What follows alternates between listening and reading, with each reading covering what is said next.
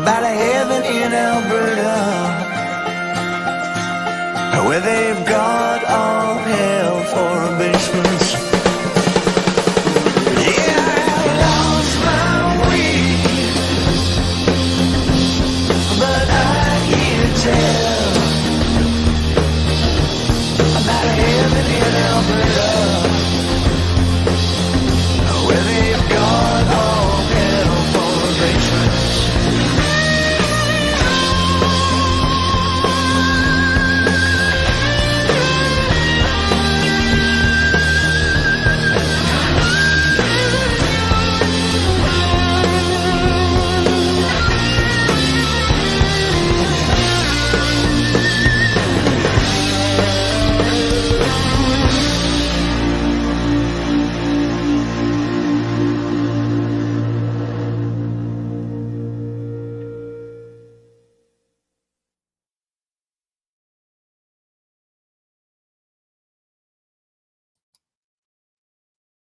All right. Hi, everyone. Frankie here. New West Reset. Hello. Hello. How's it going? Welcome back. Thank you very much for shooting in, joining a fella here for another one. Another live stream, as a matter of fact. New West Reset Live, episode 81. We're going to be talking about the not so great Alberta train robbery and maybe some other train robbery stuff. So thank you for joining me here on this Sunday, September the 1st. It's September already. Wow. Sunday, September the 1st, 4 p.m. local time, mountain time, that is. So thank you for joining me here. Thanks for winding down your weekend here with yours truly. Beautiful day today. Last few days been absolutely lovely. Actually, today was a little bit, right now it's a little bit too beautiful. 30 degrees Celsius. It's the high 80s. It's creeping up on 90 Fahrenheit. It's hot. It's hotter than the devil's dick. Ba-doom-ts. Anyway. Not complaining because it's not going to last much longer. just stating a fact that it's hot. But it's a dry heat. So, anyway. Today is Alberta's birthday. Alberta's borning day. Officially back in 1905. Alberta officially joined Canada land up here, eh? We just decided, hey, buddy, can we join you up there now? We got the railroad finished through here, and we got a Capitol building good to go, ready. So, what do you think? And September 1st, 119 years ago, in 1905, Alberta became a province of Canada. Same time as Saskatchewan. That's right. Our friendly neighbors to the east of us. Saskatchewan, Canada here. And Alberta. Purdy, Alberta. It's our birthdays today, our born-in days, or whatever. So, yeah, zippity-doo. Happy birthday to Alberta, I guess. So thank you for joining me here. And I thought, well, with it being the province's birthday, hey, let's do something Alberta related. And, because I constantly talk about until I'm blue in the face, the whole Calgary/Alberta rootin' tootin' Wild West narrative. And to some extent, Saskatchewan as well. But because of that whole thing, I thought, well, hey, there was a great Alberta train robbery that happened back in 1907. That's Alberta related. Close enough to 1905. So we're bringing it back home today for Alberta's birthday. This also kind of sort of is an idea from a recent road trip. Taken a couple road trips lately. The first one I took was down in the south of Calgary, about an hour south drive on the highway. About, I don't know, say 100 kilometers, something like that. Whatever that is in miles, I don't know. 60-ish miles. Anyway, this little town called Nanton. And cousin Vinny and I cruised down there. I met up with him, and he had the vehicle, and we took a cruise down there. Spent a couple hours running around in this little town of Nanton. So watch for that coming up. But anyways, we went into this little visitor center. It's an old one-room schoolhouse, now converted to this visitor center. And in there they had all kinds of little, I don't know, displays set up, historical displays, right? And there was a kid manning the counter there, and he would answer questions and give you directions and so on. And it's not the kid's fault. He was a little misinformed about a couple of buildings that he said were, oh yeah, they're just down the road a ways there, buddy. And they were not. They were torn down in the 60s, which Vinny and I found out through using the goggle machine there on our phones while we were pulled over to the side of the road. Look, where's this dang school this kid's talking about? But nothing against the kid. He's just going by what he's told, right? Although I guess he could have hoofed it 2 blocks down the road a ways and checked for himself with his own ocular sphericals. But that being said, one of the little displays they had set up was this great Alberta train robbery that took place in Nanton. So I thought that would be interesting to look at. And we'll have a look at Nanton itself. Got some pictures, some old-timey pictures of Nanton, just to give you an idea. To this day, there's only about 2,000 people that live in this quaint little town. It's got, again, the usual narrative, right? Wild West, the railroad comes through, and the town booms to a certain point, right? It's a farming town. It's a prairie ranch and farming town. And it's nice. Got a lot of little old world brick buildings. I don't want to let the cat out of the bag too much because there's videos coming up about it. But anyway, this train robbery apparently happened in Nanton. So we'll look at the town. We'll look at, of course, what Wikipedia says and all of that, of course. Got a couple articles. And as per usual, links in the description below for all of this stuff, as well as my location map. So you just click on the link there. Takes you to the map. And you click on my little icon on the map. And it's like a goggle map thing. The Google machine. You click on my little icon there. This doohickey. And it opens up a window and gives you a link to the video.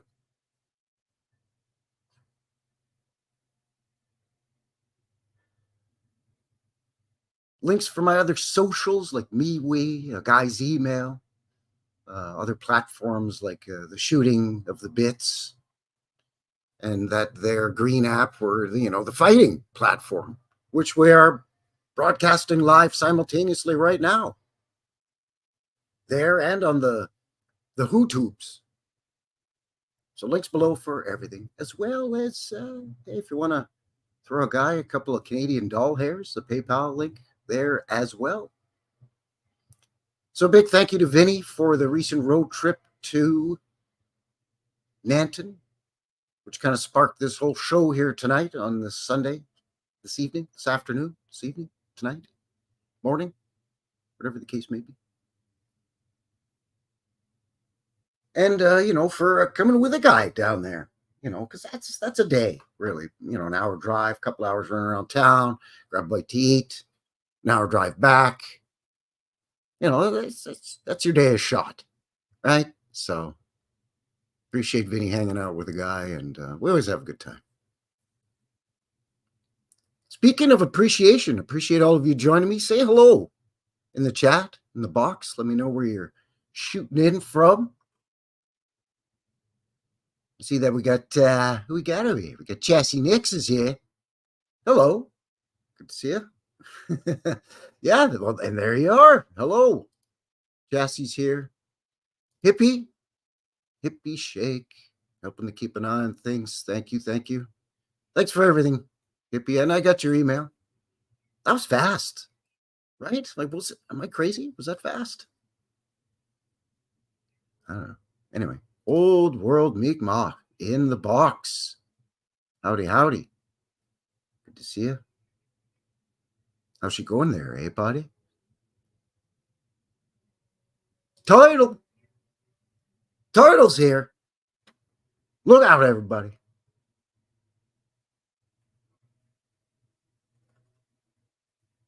Old World Michigan is here. Hello, our old friend, Old World Michigan. Good to see you. Thanks for shooting in there, eh? PCS World. Double howdy. Double waving. Hello there. Howdy. Jabberoo Joe. What do you know? Jabberoo Joe in the box. Good day. Vaughn is here. Hello there.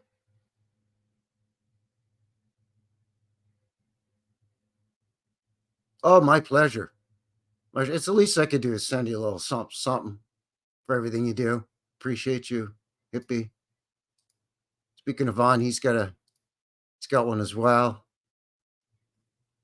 Hope you're enjoying it. It fits you all right and all that stuff. Jabberoo Joe. Just, these aren't things that are for sale for those of you that are new.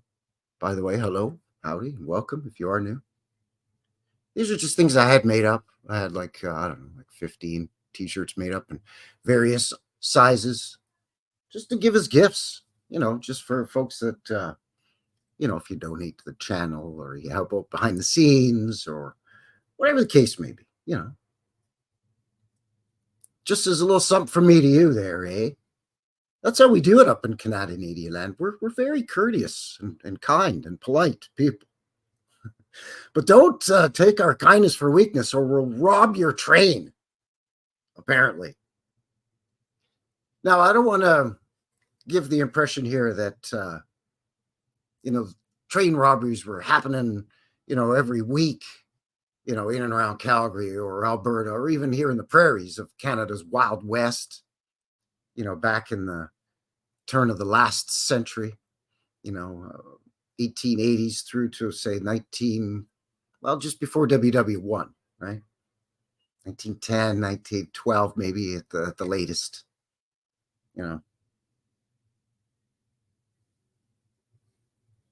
But there was a few in Canada. We had a few, out east too, Ontario and so on, out in Ontario.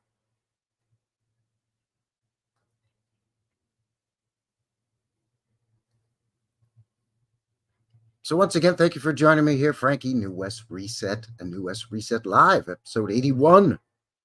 Here on Alberta's 119th birthday. On this day back in 1905, Alberta joined Canadian land, joined the Confederation of the Provinces of the Dominion of Canada. If that's not a mouthful, eh, buddy? So thank you for joining me. Appreciate it. If you haven't already, do one of these or one of those. It's fine. It's okay. Thank you to everybody who's already shared and subscribed. Appreciate you. We got Deanne here. How's it going, eh? My pal Bill as well. William Powell's in the box.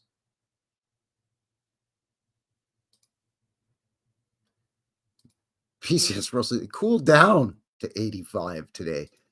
Ooh, that's chilly. 85 Fahrenheit is. Might want to put on a parka and a toque.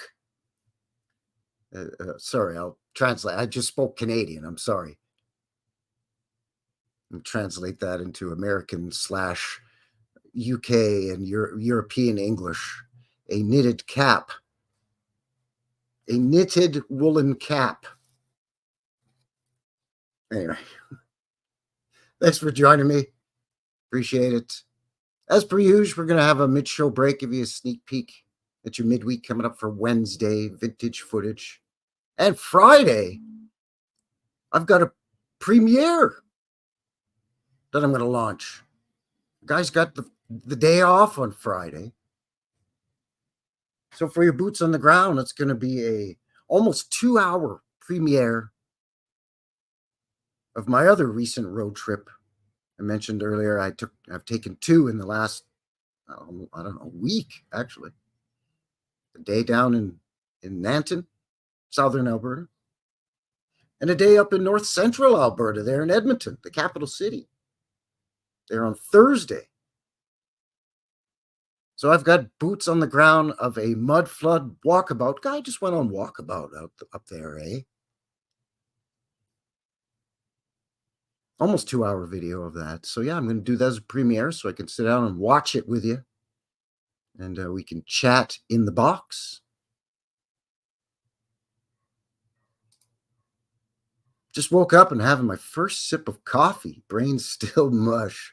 Yeah, I guess she's morning over there for you down under in Aussie land there. So yeah, top of the morning to you? No, that's Ireland. You know, g'day. They say g'day, mate. We say good day, eh? How's it going, eh? And they say how you going? And I know that's a terrible Aussie accent, and I'm not making fun. I swear to God. I make fun of myself more than anybody, eh? Anyway, thanks for joining me. Let's quit screwing around here now. Get going, the show. For Christ's sake, what is this? Amateur hour around here? Anyway, links for everything below. We might as well just, let's just start off by just having a look at what Wikipedia says, as per usual. You know, get a little bit of the official story of Nanton. Tell us a little bit of what it is, where it is, and how it started, and so on. Nanton, Alberta. They're kind of known for a couple of things that I knew prior to the visit. And I had driven past Nanton and I guess technically through Nanton, the highway. It goes right through there, man. But anyway, I'd driven through there before, but never really gotten out and traipsed around. So it was a pleasure to do some boots on the ground there finally. But here we go. Nanton's a town in southern Alberta, Canada. Nanton was named after Sir Augustus Meredith Nanton of Winnipeg, okay, who directed firms which offered financing for farms and ranches throughout the West. Oh, so this guy was like some land baron. It's located south of Calgary at the junction of Highway 2 and Highway 533. Nanton was historically known as Tap Town after providing passing motorists with free water supplied from the foothills via a stand tap on the northbound highway. This water was one of the first to be bottled and sold in Canada, resulting in the creation of Nanton Water and Soda Limited, still a thriving business in the town today, and still an independently owned business. They're not owned by Coca-Cola or Pepsi, or they got this natural spring water just shooting up out of the ground right there in Nanton. Of course, they also have mudflood windows that shoot right down into the ground. So I guess there's a bit of a trade-off. At least you're getting something.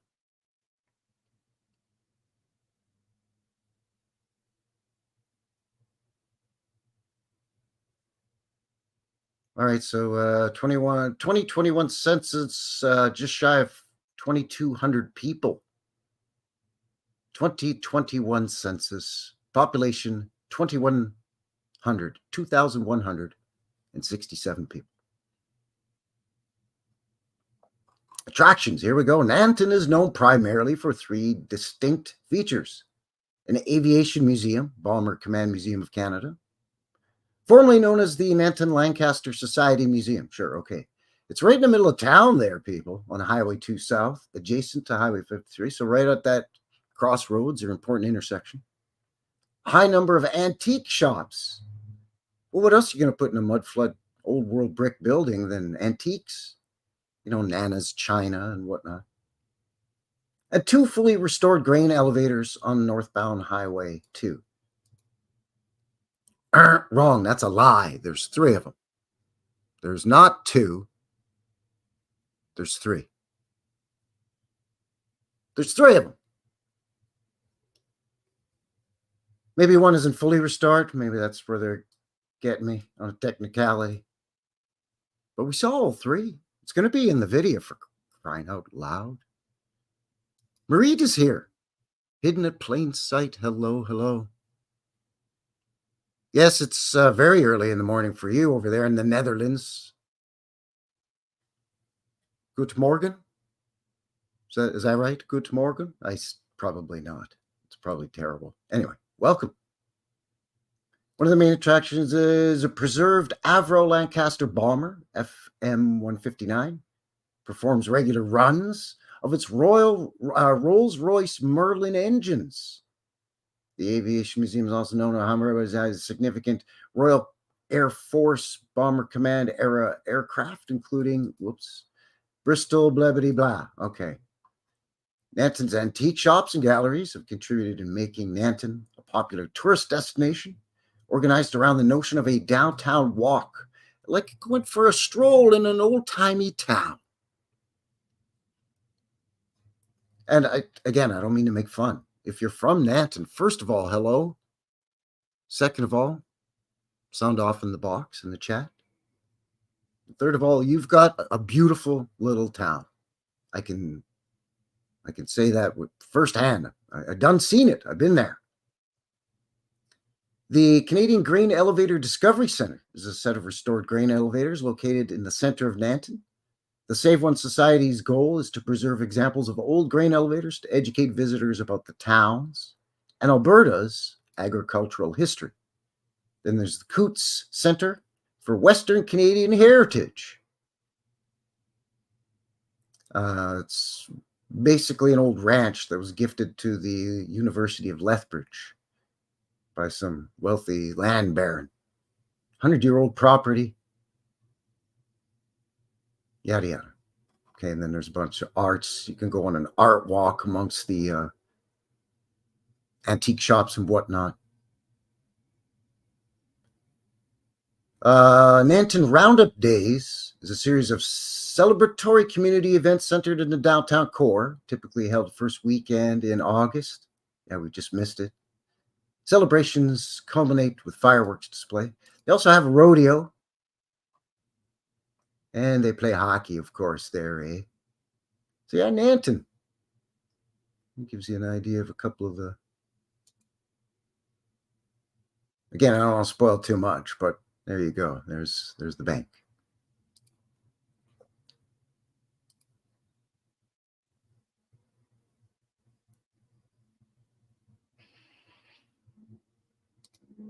Correct. Spelling G. Yes, it's Morgan, right? Not morning. Morning. I don't know. Nein, sprechen Sie Deutsch. Again, butchery of the language. Gonna have a sip of my water because it's roasting in here, even though if you hear a humming, it's my fan is going down here. And yeah, good to Morgan. Okay, there we go. Guys got to learn, eh? Although I should probably master English first because I can barely speak that. For crying out loud.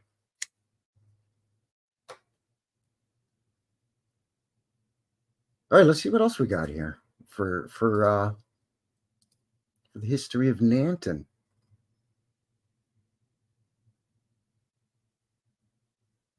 Okay, let's this is a website here. This is Canada X, but they spelled X-E-H as an A, like how's it going, A? And then X. So EHX, CanadaAX.com. Bunch of jackasses. Anyways, this is the history of Nanton. During the pre-colonial era, before Europeans had ever reached the shores of Canada, the land that would be Nanton was occupied by the Blackfoot, or Blackfeet if you're an American, and their predecessors. For the Blackfoot, the bison were a vital part of their culture. Yes, the buffalo. But that place is just riddled, absolutely riddled with buffalo rubbing stones, I would imagine. It's just a thing. When you get an itch, then you do the twitch in bedrock. Twitch, twitch. Not only providing food, but many of the supplies and materials they used throughout their lives. The large bison herds would dominate the landscape for centuries before they were nearly wiped out in the late 1800s. It was around this time that settlers began to arrive in the area to build up homesteads. Today, Nanton sits on Treaty 7 land, signed in 1877, nearby to where the community is today at Blackfoot Crossing. So at first it was just a pioneer town in the late 1800s and early 1900s, right? There's excellent ranching and farmland. It's close to Cowtown there in Calgary. And CP Rail had a stop in Calgary by 1886, when it was, I think, still a town of Calgary. By February 1903, the community was starting to spring up where previously little more than cattle ranches. Just cowboys and Indians, y'all. And buffalo, of course. In the early part of that year, 2 small buildings were built, beginning with the H.M. Shaw store, followed by the Auditorium Hotel. Yeah, let's just, we're not going to build school or church, a town meeting hall, any kind of infrastructure, because, a community was starting to spring up. No, we're going to build a store, which I guess, you need your goods, right? If you're a pioneer out there tilling and plowing the land in your sod cabin. Maybe if you're lucky, you had enough wood to build a log cabin. Right? And then we're going to build us a hotel for, I guess, people that are coming by who have bought the land and don't have a house yet. I don't know. You can't go to the Simpson Sears or something, or the Eaton's, the Timothy Eaton store, or the Hudson's Bay Company, and get you a canvas tent. One of them hunting fur trappers tents, right? Those big, you can stand up in them. You can get a 10-foot by 20-foot canvas, waterproof canvas tent. You could live in that. You could have a wood-burning stove. You just shoot the pipe out the side of the tent. You know the deal. So I guess, I don't know, the hotel was either for people that had bought land and they hadn't built a house yet, or tourists flocking there, maybe. I don't know. They do have this natural spring water. Who knows? Before long, a butcher shop and a grocery was established, and the community began to grow. On June 22nd, 1903, Nanton became a village, getting its name from Sir Angus Nanton. There it is. Who directed firms that offered financing. Yeah, there's exact same wording as Wikipedia there, cut and paste. Thanks. Helped increase settlement throughout the future provinces of Alberta and Saskatchewan. First overseer of the community would be J.M. Bender. Overseer? I'm not really sure what they mean by that. Is that like, what do they mean by overseer? Like on the plantations, like a massa? That's racist! Well, sorry, kid, but you know what I mean? Well, and don't get me wrong, Chassie, a cabin in Alberta, especially in the foothills or in the Rockies, is very nice. Along a river or a lake, get out of here. Take off. It's picturesque. I don't mean to brag and I don't mean to boast. I like hot butter on my breakfast toast. I don't mean to brag and boast, but yeah, man, Alberta's beautiful. If you got a little piece of land and you can build yourself a little cabin, or you got, I don't know, a travel trailer, like a caravan trailer that you can haul out there maybe, and I don't know, spend summers out by a lake somewhere in the mountains. Yeah, absolutely.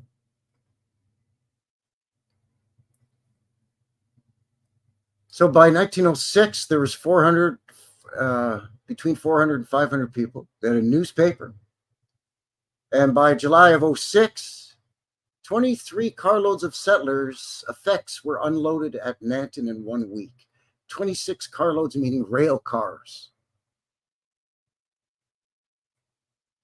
Showing the increasing number of settlers arriving in the community. By this point, the community was bringing in everything that it needed to be a modern community, including sidewalks. They were bringing in sidewalks, a fire brigade, a well to supply water to the community, and much more. 2 elevators, that's the grain elevators, that is, had a capacity of 30,000 bushels each, were also erected over the previous 2 years in Nanton. 4 churches had also been built, offering services to Baptist, Methodist, Presbyterian, and Anglican congregations.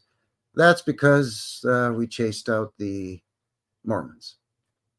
Get the same hell out of here.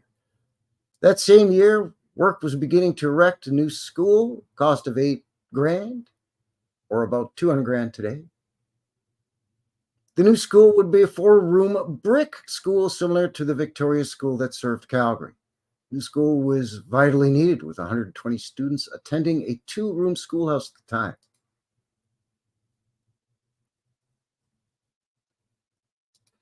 Yeah, I'll take a couple of acres and a shed. Yeah. I often talk about I play the time machine game, and I'd love to have a time machine. We go back to this area of what is now Nanton, in the late 1880s, 1890s. And you buy land for next to nothing. And it's good land, dark earth, dark soil, really fertile. You can grow almost anything there: wheat, barley, oats, straw and hay, alfalfa, corn. Then you could have your own vegetable garden out there, because tomatoes and lettuce and cabbage and cucumbers and beans and plum and apple trees do fine down there, especially in around Nanton, right? Because of all the water. There's a river nearby. There's the natural spring water.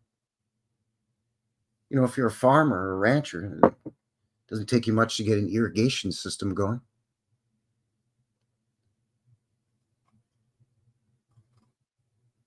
So also in 1906, the area of Willow Creek, the McEwen Schoolhouse would be built. Willow Creek's another little sort of a hamlet. Land was donated, yada, yada, okay.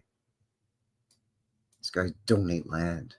A coin toss resulted in the schoolhouse being named for McEwen.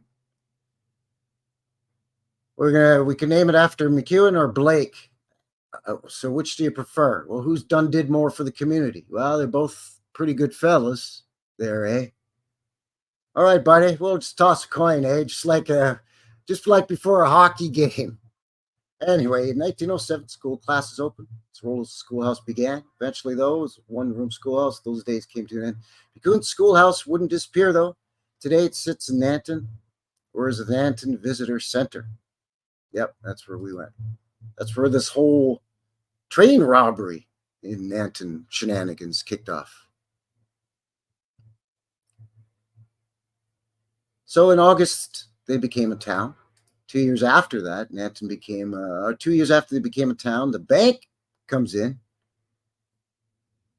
And the bank manager's house is built, craftsman style. They open a branch in 1904. 2 years later, this dude comes out of Barrie, Ontario to manage the place. Where? Nanton, where? Alberta, where? Where's that? I know that's what this guy was asking, because Barrie's just a suburb of Toronto, basically. So it was he who had the house built. He would live in it until 1911. Then he was transferred to Winnipeg. There you go. Beautiful. Okay, yada, yada, yada. In 1924, Nanton would be struck by one of its worst disasters when an early morning fire originated at the rear of the Nanton grocery and quickly spread out of control. Before firefighters could respond, the fire had spread throughout the building, and all the contents were lost inside. Before long, the fire was beginning to spread to buildings along the street. When the fire alarm started waking up the residents, many came to see what they could do to help. Telephone exchange operators also began calling farmers in the surrounding countryside, many of whom came in to help as well. Hey, it's 2 a.m, farmer. I hate to wake you. If you even had a phone, they probably had party lines. But anyway, can you come into town and put out a fire? Firefighters and equipment were also called from High River and Calgary. High River is about halfway between Nanton and Calgary. But they arrived too late to save many of the buildings. Citizens of Nanton did what they could to slow the fire from spreading till more help could arrive. At the same time, other residents began to save as much stock from the buildings along the streets as they could to mitigate the financial cost of the fire for the building owners. It's just a polite, fancy Canadian way of saying they were looting the buildings. Saying, quick, loot the place. It's on fire. You ever seen Gangs of New York? The movie Gangs of New York? Where the fire brigade, well, the building's on fire, they basically, it's too late to save it, boys. So they just go in and start robbing valuables, looting valuables. Oh, but Javru Josing, back in those days, Barrie was farm country. Well, actually, yeah, you're probably right. It was probably a little farming town the size of Nanton. Well, maybe not as small as Nanton, but yeah, I guess you're right. Today, it's basically a suburb of Toronto. But yeah, you're right. It is its own separate city, though, I think. Anyway.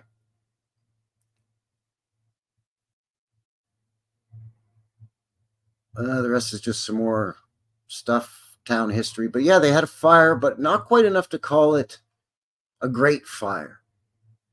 There is no great fire of Nanton. I think they refer to it as the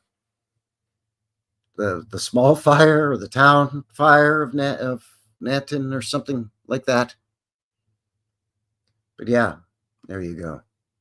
No mention of the train robbery, though, for some reason. Not really sure why that is. Let's see what this next article tells us. This is from the Bomber Command Museum. Yes, this is the one that gives us the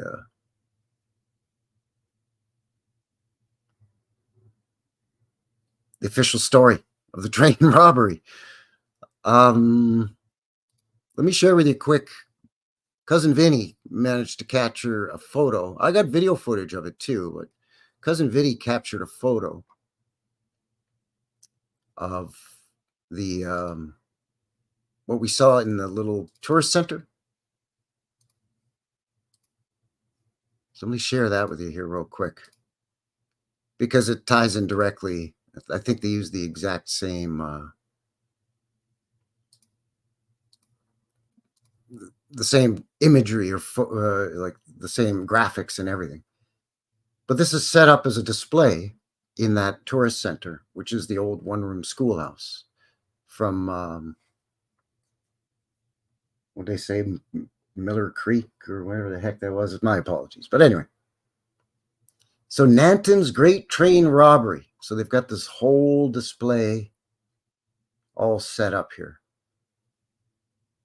And like I said, I've got footage in an upcoming Boots on the Ground mudflood tour of Nanton coming up. But yeah. And it looks like they're sharing almost the, I don't know if they made that sign from this website, but let me share with you here the website.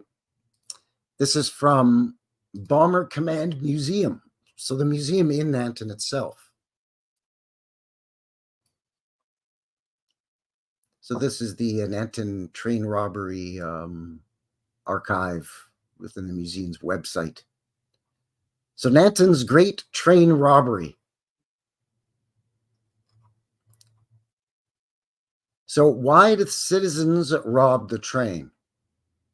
The winter of 1907 was extremely cold. Nanton was running out of coal. The CPR, that's the Canadian Pacific Railroad, said that coal would be delivered soon. We're cold and we're running out of coal, man. Everything's run on coal out here. Gotta help us out. And they're like, yeah, coal's coming. When? Soon. You think you could narrow it down a bit there, somebody? No, soon. You'll get it soon. Okay. But trains with coal kept going through town without stopping for the next 3 days. So 3 days in a row, trains chock full of coal. Just go whipping through town. And the folks of Nanton are like, hello? Didn't we say we needed some coal? Didn't you say some would be delivered? You didn't say, you said it would be delivered. Not it would whip through town on a train. So then on February 5th, a train with 7 cars of coal arrived, but the citizens were told that none was for them. Sorry, fellas, this ain't any of your coal, eh? You're gonna have to move along. Howdy, Sage. Dragon Sage in the box. Good to see you. Thanks for shooting in there, eh? Someone suggested that the train should not be allowed to leave until some coal was made available. Like, yeah, you stopped at our train station in our town. It's 1907. Frontier justice. We're not going to let you pull the train out unless you give us some coal. All right? You've been promising us for days. We're telling you we need the coal. We're going to buy the coal. We don't just expect you to just drop off free coal. The local Canadian Pacific Railroad agent, J.P. Longpre, checked with the CPR superintendent, told the agent to refuse and to demand police protection for the train. Nope, they ain't getting any coal. Call the cops. As Longpre and Royal Northwest Mounted Police Constable Tom Curry discussed the situation, the train began to leave. Yeah, the engineer and the fireman and the brakeman were like, yep, it's time to go. Something's about to pop off around here. These rootin' tootin' Wild West cowboys are fixing to do something here. Ira Shoop jumped on the caboose. That's the back car of the train, and ran along the box cars, dropping down between them and putting on the brakes. Constable Curry threatened to shoot, but Ira continued, even when a warning shot was fired. Shoop was arrested but released because the jail had no heat. Yeah, there's no coal, man. That's what this whole thing's about. That's what we've been trying to tell you for days. The train crew again attempted to leave, but this time a crowd of citizens set the brakes on all the cars. So everybody just went between the cars here. There's switches that you can pull that apply brakes to each car, because each car has its own set of brakes that can be applied by the brakeman or individually, right? So it being noon, the train crew, Longpre and Constable Curry, they just went for lunch. I'm hungry, eh? Let's go grab a Timmy's, get a double-double, a sandwich, maybe a donut. I don't know what they got. Maybe they got a strawberry jelly donut. I don't know. Maybe they got a maple dip. That's probably what they got, is maple dip. That's what I would get. But I don't know. Maybe they got an apple fritter. I'm not sure. But the thing is that, the citizens have now hijacked, for all intents and purposes, I guess in legal parlance, they've now hijacked a train. right? Because the citizens of the town have applied, they've just gone onto the tracks, which technically is trespassing, because CP Rail owns the rails and a certain number of feet on either side of the train tracks. And if it's at the station, CP built the station, so they own the station. It's on their property as well. So Constable Curry here technically could end up with a big freaking score here, right? He's got a whole bunch of townspeople that he can pinch for trespassing and hijacking, or whatever you call it, the train. But no, they decided it's noon. We've got to go for lunch, eh? So the citizens of Nanton, they held a meeting right there on the train station platform. It was chaired by the Baptist minister, with minutes being taken by the Presbyterian minister.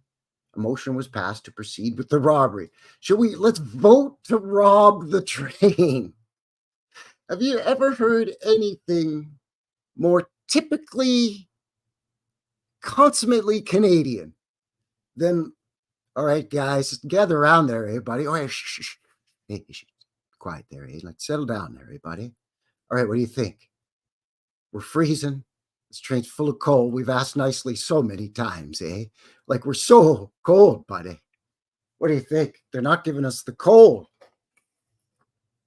Now, we've already applied the brakes, and these guys, they've done taking off to go and have lunch there, eh? So, what do you say? Should we, rob the train or what, bud?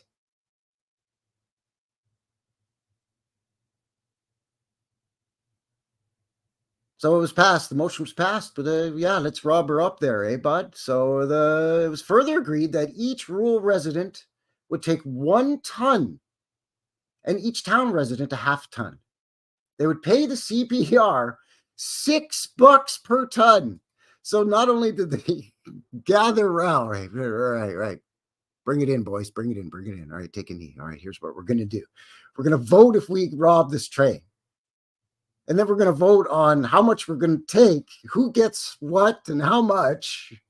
And we're going to steal it, but we're going to pay for it. So we're going to force them to, it's a hostile business takeover is what it is. We're forcing them to sell us their product. Oh, man. It could be, could be. So with a hearty cheers for Irish Hoop, the meeting was adjourned and the robbery began. Oh. Well, that's just silly. Silly, yes. Idiotic, yes. When the quote authorities, I like how they put it in quotations, returned following their lunch, they were advised that the robbery was on. By the way, fellas, we took a vote, eh? While you guys were having coffee and tea and crumpets and whatever over there, eh? We were soup and sandwich. Soup of the day. Minestrone? Oh, give me some of that, eh? They're robbing the train. Yeah, but it's noon. Hey, a guy's got to eat. Cousin Vinny in the box. Yeah, this is all from our cockamamie trip. Well, it was a great trip to Nanton, but this cockamamie display, you sent me the photo. Yeah, this is the great but not so great train robbery of Nanton, Alberta, 1907. Constable Curry and the CPR officials, that would be the ticket agents and so on, and baggage handlers and everybody at the station, right? They're like, guess best if the cops aren't gonna do nothing and they're gonna just go for lunch, then we're gonna skedaddle too. We're gonna get the hell out of Dodge here, and we're gonna go and grab us a sandwich or panini or whatever they got over there. They calmly watched as the coal was distributed to the citizens, who politely lined up in alphabetical order to receive their share. Hugh Shaw collected the money and gave it to the CPR agent. That is, I don't even. What? That is just so Canadian. So a Royal Northwest Mounted Police inspector investigated. His report exonerated everyone, writing that all parties behaved properly and honorably while they were robbing that there train. But the CPR was horrified that the holdup was ignored and no charges were laid. Thus, the Nanton train robbers got off scot-free because of the transparent, civilized, orderly, and polite manner in which their community had robbed the train.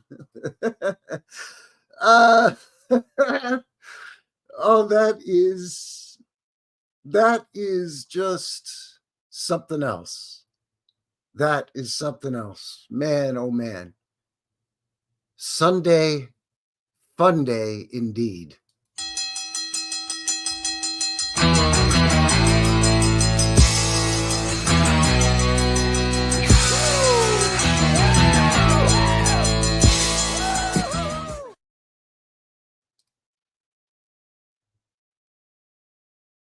I gotta call it shenanigans, man. That just sounds like straight up shenanigans. Yeah, I mean, yeah, sure. Just a bunch of fun-loving, oh, those scamps. Them silly townsfolk. I mean, honestly, like what kind of cockamamie legal team did the prosecutor have?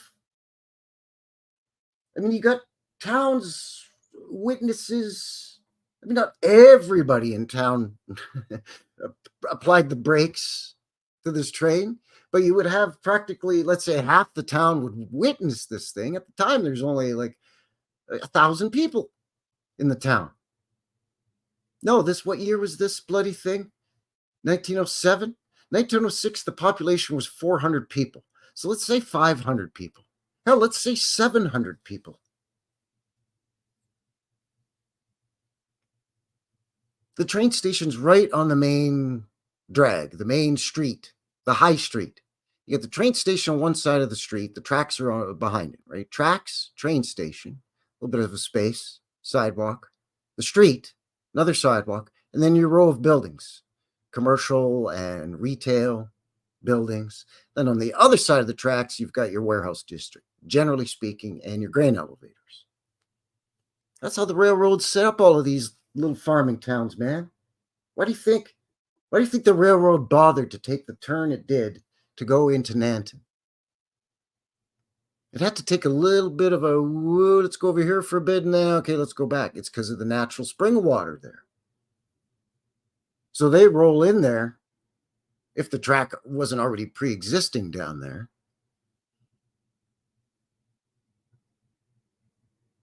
And they say, well, we're going to put this here town here. That's the narrative anyways. The train could take on water there then. Then they'll say, well, there kind of already was a little bit of a hamlet here because anybody traveling north or traveling south from Fort Calgary to Fort Macleod, or vice versa, well, they'd be stopping in Nanton because they'd know that there was a water source. But yeah, just a bunch of scamps robbing a train. But yeah, the prosecuting attorney, like I said, he would have had a major score here.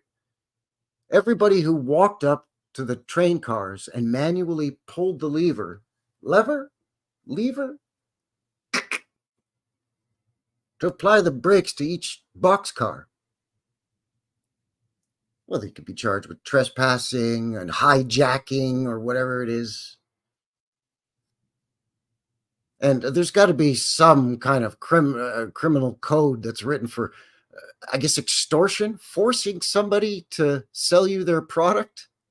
Look, I'm giving you $6 a ton, buddy. Yeah, but it's not for you. It's mine. I don't care. We're taking it, and I'm giving you $6 a ton.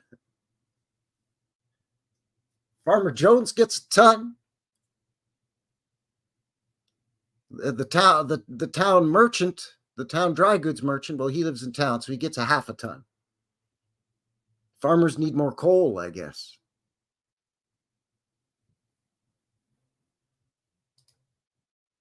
Probably had cold cuts for lunch. There was no coal. Yeah, it got lost when the reporter was reporting on the story. Something got mixed up. Oh, they stopped for lunch, and what, lunch? Yeah, well, it was noon, and they're cold cuts. What, they were cold and needed coal? So they cut off the train and stole the coal? No, they had coal cuts. Too late. Story already. Telephone game. Story already takes on a life of its own. Yeah, alphabetical order, Cousin Vinny. That's the story, man. That is the story.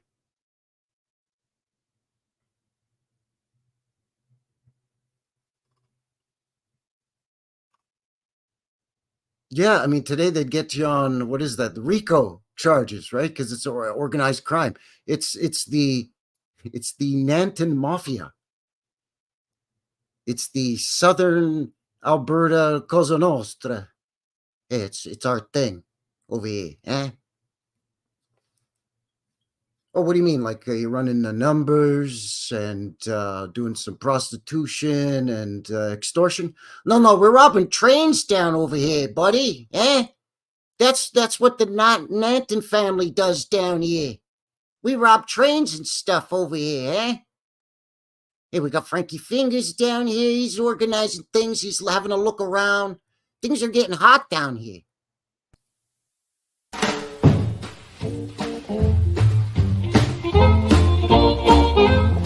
So now you know what I'm talking about with the whole New West Reset thing. No. What? No. What I said about Frankie Fingers. Oh. That Frankie Fingers and New West Reset are the same. Wait, what? Oh yeah, she don't stand no cheating. She don't stand none of that. Absolutely right, Sage. Absolutely right. Like all the little prairie towns set up exactly the same, right? The railroad comes in and the town just booms. I mean, heck, that's part of the narrative for Calgary even, so whether it's small prairie town or a large major metropolitan area, still in the prairies, mind you, Calgary, but kind of, where the prairies meet the foothills.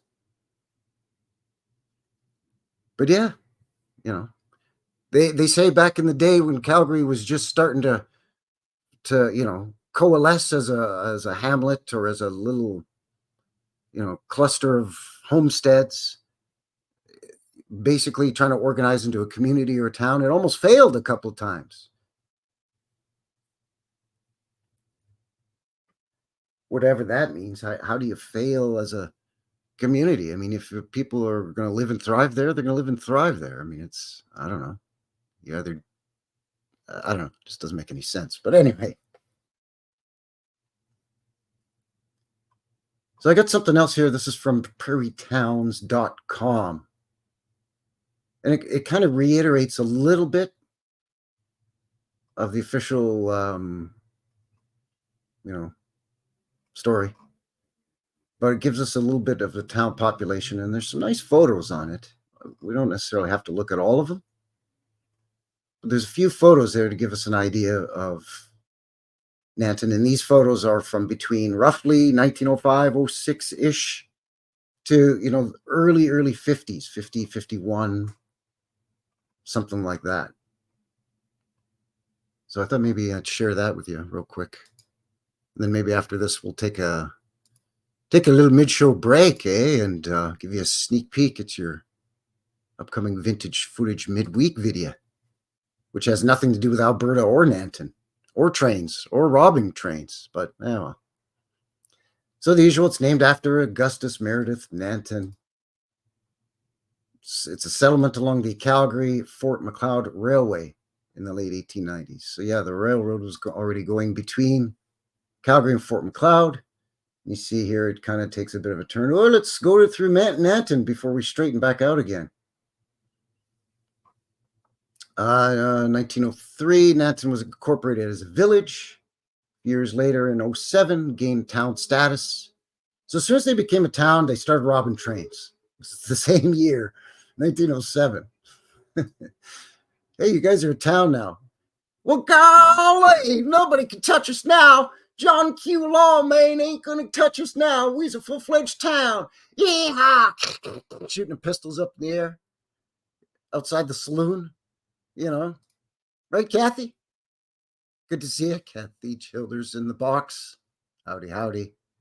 Cool channel name is here as well. Hello. Yeah, incorporated. That's right. Basically made into a business. All right, let's turn this place into a business. Business? A bunch of folks live and farm and have their families out here. Yeah, it's a business. Okay. So town featured several grain elevators, many businesses, a hotel, a train station, a large brick school. Yeah, so that's the same thing they tell you. We got a hotel, a train station, some businesses and grain elevators, and a school. And then they had their 3 churches eventually. Post WW2 years, excuse me, I stammered a bit. Post WW2 years saw the demolition of the school, the removal of the rail line, and the train station. Yeah, that's right. We looked for it and it was gone. And a subsequent transition to tourism as primary economic driver. Nanton was known to travelers as Tap Town, providing passing motorists. There it is again, the free water from a standing tap along the northbound highway. You can still go to that tap. It's still there. Nanton Water and Soda Company, yada, yada. There it is. In 2001, the last grain elevators were threatened to be demolished, but then the Save One saved them.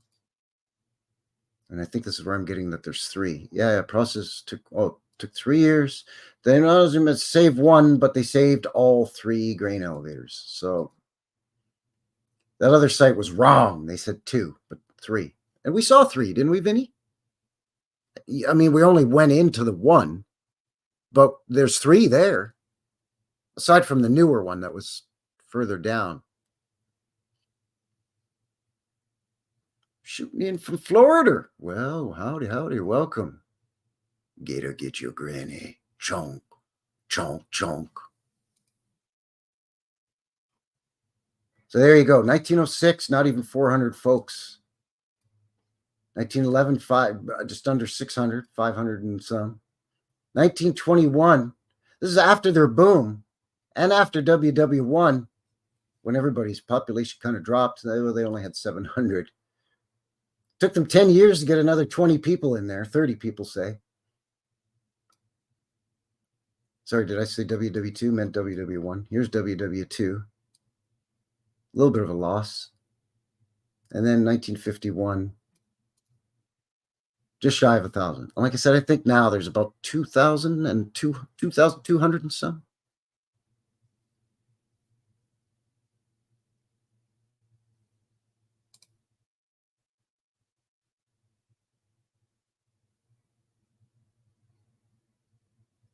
Nice. How do you go back now? Come on now. Help me. Really, I got to stop sharing.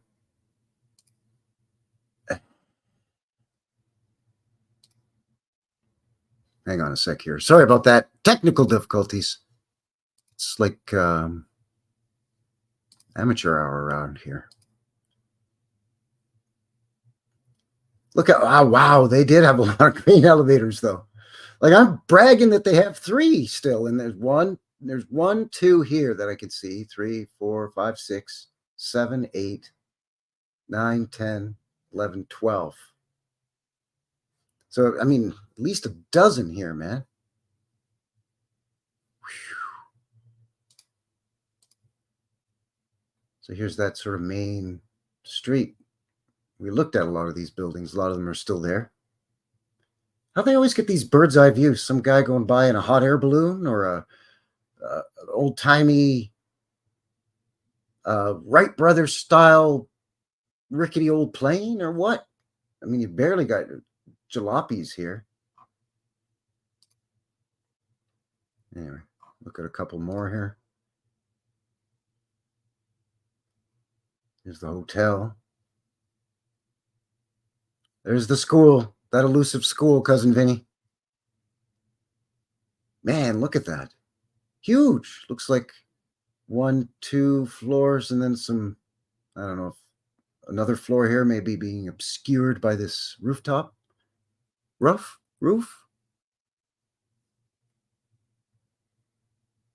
Kind of sort of what you would expect, along here. Maybe even this, your peaked roof with your false fronts. Sure, okay.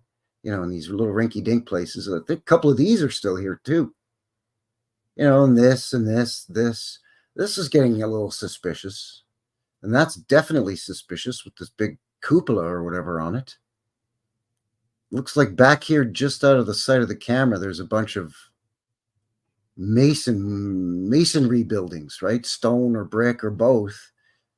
But no, let's just get the Wild West. Make sure you get that, that windmill in the background there.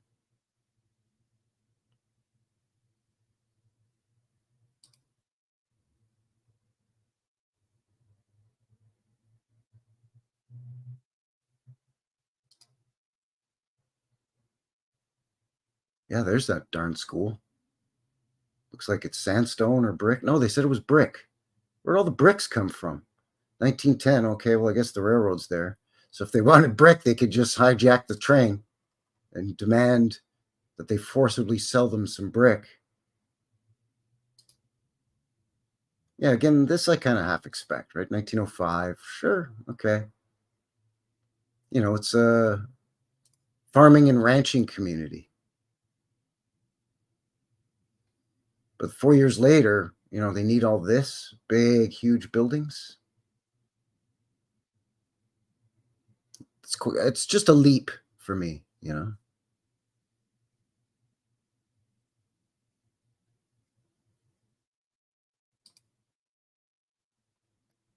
Well, the area still produces a lot of grain, and there's still a lot of cattle ranches around there, and there's some oil wells around there as well. The thing is that the railroad it's been rerouted to bypass this town. It was done so after WW2.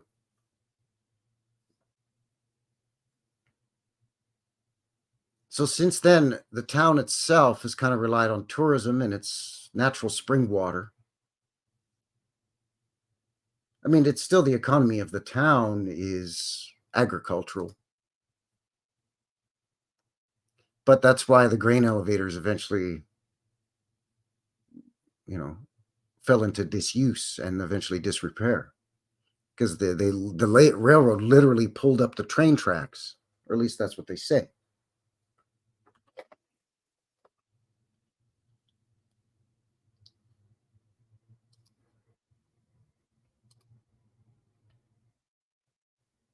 I just wouldn't expect to see stuff like this and like this. And if I did, I would expect it to be, again, the peaked roof in behind, and this just being a wooden false front. But, with all this stacked brick, and all of this architectural detail, even if it's just, the Victorian tart up, or, the Victorian and Edward VIII Edwardians, come in after the fact, and just a lot of this is just, you buy it again as a kit, and you just put it up there with wooden supports behind it to embellish the front of your brick building. But either way, I mean, this is brick, so it's just a lot of extra work, right? 1910. What was that population again in 1910? Well, 1911, 500 people. And a lot of those are ranchers and farmers, not bricklayers. So here's the old train station where they robbed the thing. Well, yeah, so why have that big hotel, right? The odd thing about the Nanton natural spring water that comes out of the glacier runoff from the Rocky Mountains, right, is that there, to my knowledge and research, And from asking a few locals when we were in Nanton, there was never any sort of one of those old-timey health spas or anything, that you see built out in the middle of nowhere, like California or Utah or Wyoming or Montana. Oh, well, why is that big, massive, old world, quote unquote, Tartarian looking structure, 3 stories, a big, massive building out in the middle of nowhere? There's no town there. Oh, well, there's a natural spring there. So it's a health spa, that shut down in the 1920s or whatever. But there's nothing like that for Nanton, which is unusual. I mean, the old train station is beautiful. It's kind of weird old tech up there. But yeah, as far as any kind of health spa or anything surrounding the, there it is, Vinny. Surrounding the spring water? No. And this is like a multi-million-dollar industry for that town, Nanton natural spring water. You buy it, them little bottles of water, right? Or you buy them by the case of 12 or 24.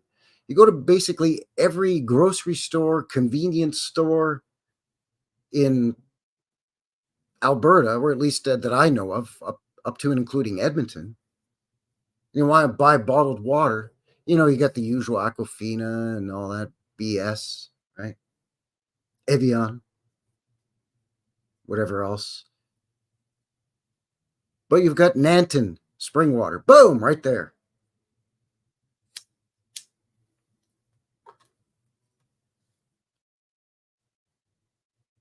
So 1907, there's the old school. And we looked for it, and we eventually said, well, that kid can't be, that kid said it was just down the road a ways, buddy. And no, after we jumped on the goggle machine and looked on Google, nope, and they tore it down. So 1907, what was that population again? Well, say 400 or 500 people. 400 to 500 people. And that's the school you need. I mean, this could be a school for that many people, including the farm, like the rural kids, the farming and ranching kids. That's all you need. That's the school my daddy went to school at. From the time he went to grade 1 until I think grade 6 or grade 7, when they moved off of their big farm onto a smaller farm / acreage. My daddy and his 2 older brothers went to school like this, a 1-room schoolhouse with a potbelly stove to heat the place, except for they had a little steeple on top with a little bell that the school marm would literally claggity clang, pull a rope and ring the bell. And I've been, because it's still there, in that old 1-room schoolhouse that my daddy went to school in. So this is 1906, so a year earlier. So they go from this to that big giant brick. Take off, eh? The church? Sure. That makes sense. Because in that one article, they did say they whacked up like 3 or 4 churches in a couple of years there. Because you have to have the Methodists, the Baptists, the Presbyterians. You got to have all the Protestants. Let's have a look at some of these commercial buildings. Like this, I get it. Yep. I totally understand that. Like a stone foundation here, and then a 3-story. It's odd that it goes up so high and there's no windows way up there, but let's say a 2 or 3-story wood frame structure. This is awfully fancy, but whatever. I get it. This is a little bit more questionable, especially with this buried arch that's peeking out from his stupid jackassy wooden sidewalk that they, by the way, they had shipped in, right? Remember in that one article, they said, oh, they had everything brought in, sidewalks, everything. So why is there a buried arch for a window or door or something, some kind of opening in behind your stupid jackassy sidewalk on your big giant wooden or brick building beside all these little wooden take off.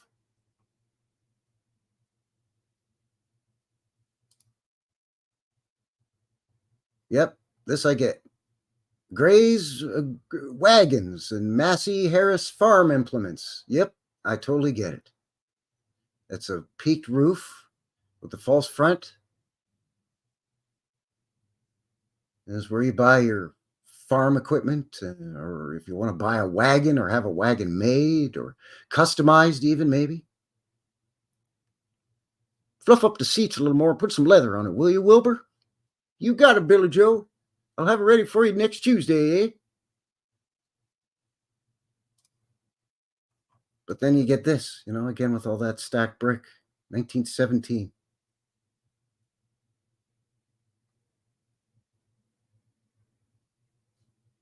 You know, less than 1,000 people in 1917, way less, way less.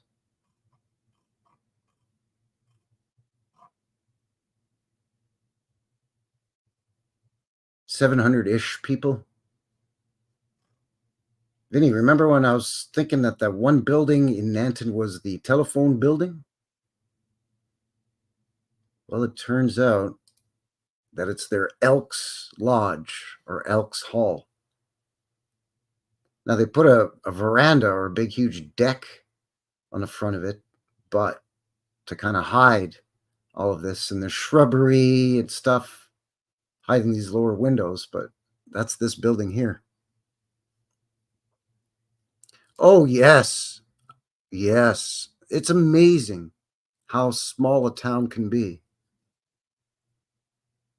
And it has a Carnegie Library. Or it can be a big city, but when it got its library, when its Carnegie Library was granted to them and built, it was a small town, like Calgary. Calgary's, by Canadian standards, is a huge city. I think we're the 4th or 5th biggest city in Canada. The 4th, I think. We got our Carnegie Library, what was it, late teens? I think it was just after WW2, maybe early 20s. I'm just kind of going off the top of my head. But at that time, there was, I don't know, not even 30,000 people. But there's towns of 5,000 people that have a Carnegie Library.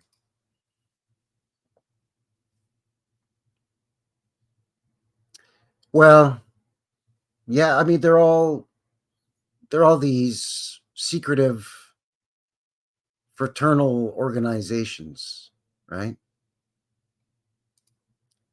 Well, that's the thing is because there was a Air Force base nearby the town, there's no armory in the town. Armory, which sometimes look very much like airship hangars to me as well, yes.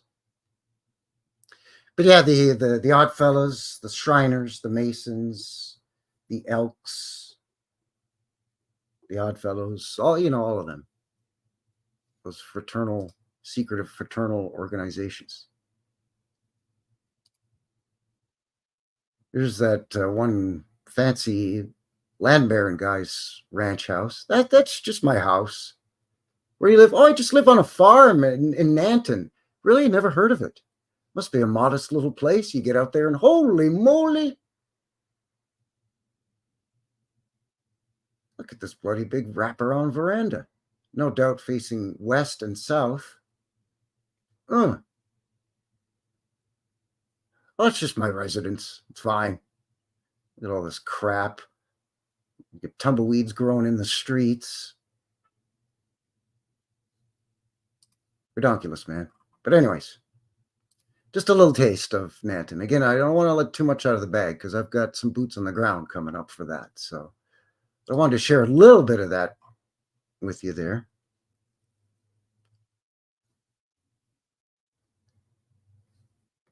Yeah, Kathy's got it. We're living in and watching a movie. Yeah, it's a weird movie. You know. Sometimes I totally get it. Oh, as I was saying earlier about my time machine story, did I get distracted and not finish that story? I want to go back there. You could buy all that land, right? But it'll also be nice to go back there and see, okay, this building that said was built in 1907. Was it already here in 1886 or whatever? You know what I mean? That's part of that whole hindsight being 2020 and whatnot. So where are we at here? About an hour, 20 minutes-ish. Perfect time to make a mid-show break here. Give you a sneak peek at your midweek coming up. If you're new to the channel, every Sunday I do a live show. Every Wednesday I have a video upload, and it's usually vintage footage, old film footage, the older, the better that I can find, and I usually set it to music. And it's usually old-timey Canadian stuff. And then every Friday, boots on the ground, generally exploring Calgary, but sometimes I stretch my wings a bit, like I've been as of late, going to Nanton and up to Edmonton, and other places planned in the future. So this will be coming up this coming Wednesday. I'll give you a sneak peek here, vintage footage, 1940s Quebec, Montreal and Quebec City in Quebec. This one's just a short but sweet one, just over a minute and a half long. So if you gotta go pee-pee, you better run. We'll see you back in a minute and a half. Cheers.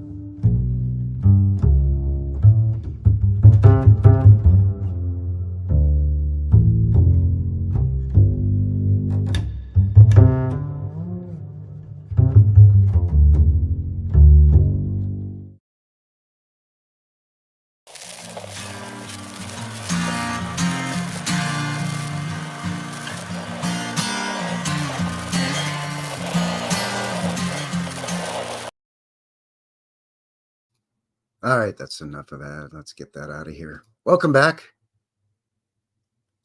How's it going, eh? Frankie here, New West Reset. Once again, thank you very much for shooting in, joining me here for another one. Another live stream, New West Reset Live, episode 81, if you can believe that already. Wow. The not-so-great Alberta train robbery. We had a look at the 1907 train robbery, where basically the long and the short of it is we're told that the whole town basically robbed this train in the winter of 1907 because they were colder than a witch's elbow out there in Nanton. And train loads of coal kept whipping through town or stopping at their station and then moving on, and they weren't getting any of the coal. They call the railroad company and they say, hey, man, we need our coal. The railroad said, yeah, it's coming in a couple of days there, buddy. Don't sweat it. After, I don't know, a week-ish, a train with a whole bunch of boxcars full of coal stops in Nanton. And the townsfolk said that this is it. We're hijacking this train. You can't leave town unless we have this coal. But don't worry, we're going to line up alphabetically and all take our fair share. And then we're going to, each of us is going to pay an elected treasurer who's going to then pay a CP rail agent a fair market value for said stolen coal. it doesn't get more typically Canadian than that. So there you go. And with that said, thanks for joining me. If you haven't already, give a guy one of these. Just kind of helps to push me out into the, into the thing, into the rhythms of the alga as we make our way to 1,700 subscribers here on the channel. Everything we've covered so far at the top half of the show, links below. Got a couple of other links to share with some silliness. Then we're going to continue the silliness with something that I kind of wanted to do at the end of last week's show, but I don't know what happened. It got away from me. I forgot or something.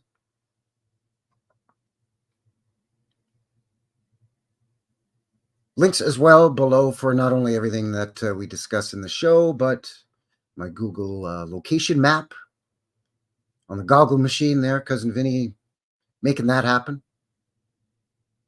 BitChute, MeWe, a feller's email, and of course, the green app, the fighting platform. Howdy to everybody. Got Dragon Sage here. Kathy Childers in the box as well. Hippie Shake and Jabberoo Joe. Howdy, howdy. Cool channel name is here, as well as Vaughn. Good to see all of you. Thanks for shooting in and joining me. Yes. Well, and you catch a glimpse of it in this video. It goes a blink and you miss it moment, unfortunately. And that's the thing with a lot of this footage is, a guy's got to spend hours scouring the information superhighway on the interwebs there. And because I try to keep it Canadian content, or at least 80%, like an 80-20 rule, sometimes it gets tough to find stuff. I mean, there's tons of footage from the, 80s, 90s, the 70s, the 60s. I want to get sort of pre-war, if I can, pre-WW2 at the very latest, if I can. I try to get earlier than that even pre-1950, because that, video footage is hard to find, whether it's official newsreels or home movies, official tourist videos, or Chamber of Commerce. Hey, come to our town. We got a booming town here in Cincinnati. 1927. No, the big stock market crash didn't affect us much here in Sintown. That's the natty, don't you know? Like those videos, right? But finding Canadian content is tough, and sometimes I got to stretch like 40 seconds into a minute and a half, eh? There you go. So thanks for joining me. Yeah, dang, Frankie, that was short. Yeah, usually they're going to be at like at least 2-3 minutes or more. Hey, it is what it is. Thanks for joining me. Appreciate it. Let's see what else we got here. I got something here from the CBC. So there's some nice government propaganda. Yeah, Canadian Broadcasting Company Corporation. But yeah, this is cbc.ca news.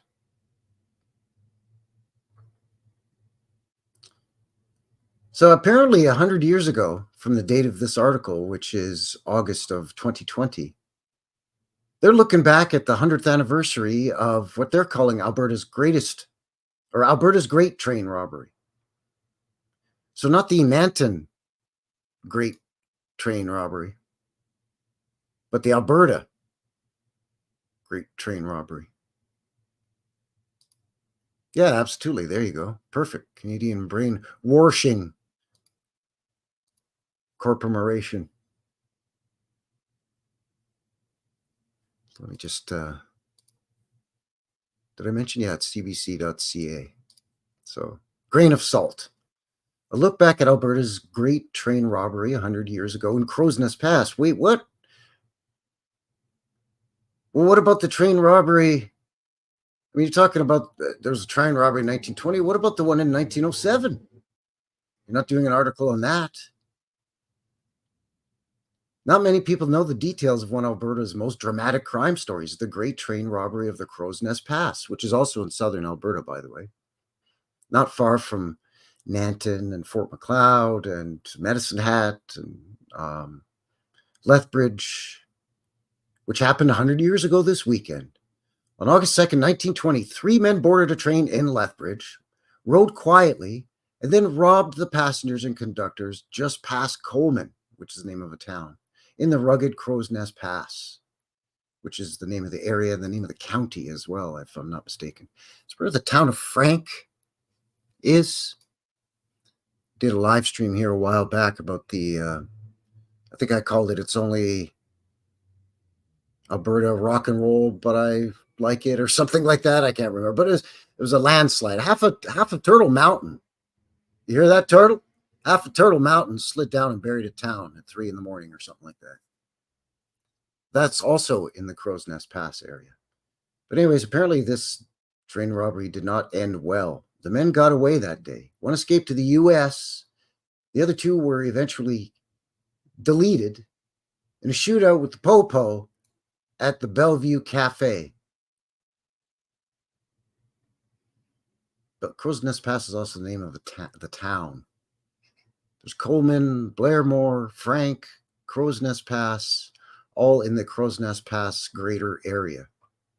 Just to add chaos to confusion. Crow's Nest Museum and Archives has planned a week-long series of events to mark the anniversary. They're going to spend a week celebrating a bunch of criminals that robbed a train and got deleted. It's really, I think, a story that needs to be more widely told, and we're using this 100th anniversary to try and shed some light on it. Chris Matthews, the museum's yada yada, blah, blah, blah. It's one of the many unique stories of our area down here. Just another chapter in the pretty dramatic history of the past, starting with a Frank slide in 1903. There it is. And going all the way through. Just some great stories, great history coming out of this area. One of those that just isn't as well known. Story started when three Ruski gentlemen, George Arkoff, Alex Auloff, and Tom Bassoff. These names sound made up. Why are they all ending off? There's no of, ski, or anything other even like it. They decided to pull off the daring robbery. So the rumor was, so apparently not any kind of official investigation, just rumor, that they thought one of the local rum runners, Emilio Picarillo,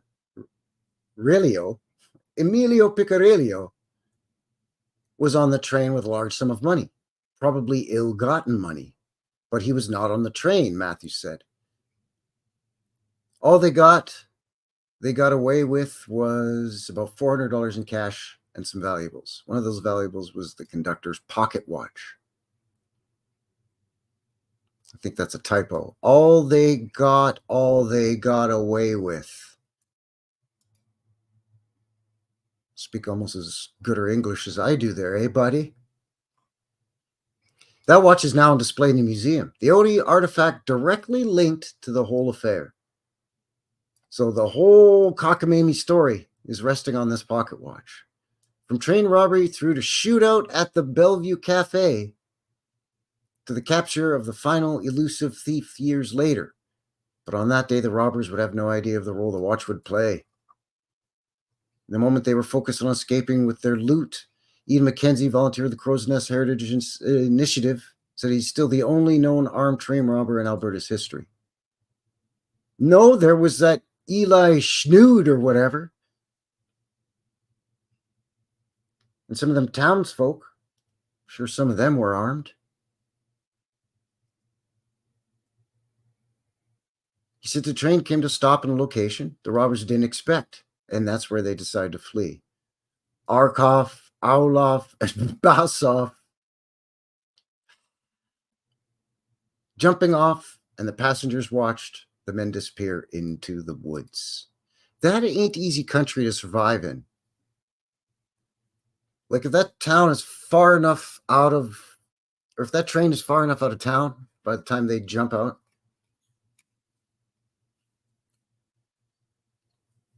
or if they decide they're not going to hide out in the town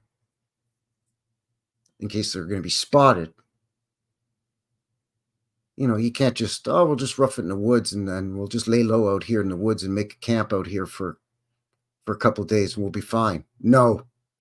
This is an area of the country that buries towns in landslides when sides of mountains slide down on them. And there's grizzly bears and mountain lions and eagles and all manner of snakes and creatures trying to kill your ass.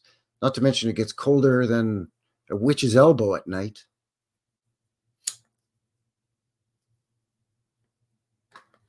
Even in the summertime.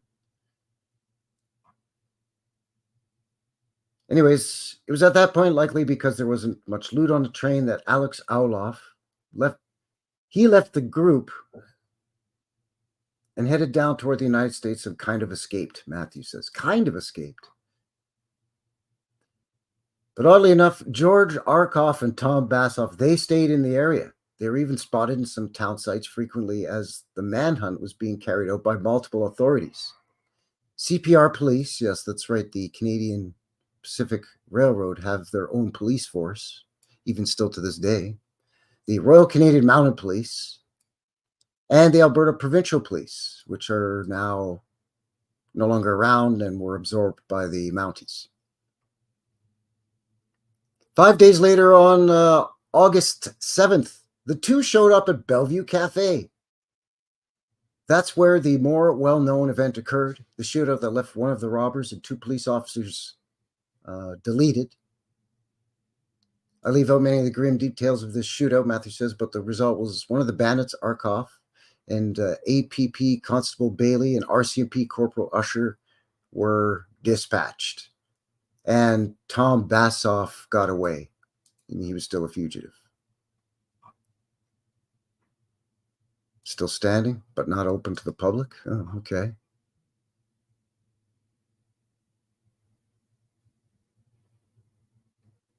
So in the days following the train robbery and the shootout, manhunt was well documented in regional papers, including Lethbridge, Calgary, and local papers in the Crow's Nest Pass. The story got more attention 3 years later. The Alberta Provincial Police actually tracked down Alex Auloff, who had fled to the States, and arrested him on a tip that the pocket watch they had stolen showed up in a pawn shop in Portland, Oregon. And they actually traced Alex Auloff all the way to Butte, Montana, where they arrested him and brought him back to Alberta, and he was tried and sentenced to 7 years in prison for his part of the train robbery. So they went through all that effort from a pocket watch. But meanwhile, 13 years earlier in Nanton, when the whole town robbed a train of its coal, and there's way more than just a stupid pocket watch to go off of. Nope, not enough to, the judge just said, to hell with it. Throws it out of court. Everything's fine. But this, they're going to go to the ends of the earth to find this guy because of this pocket watch. Okay.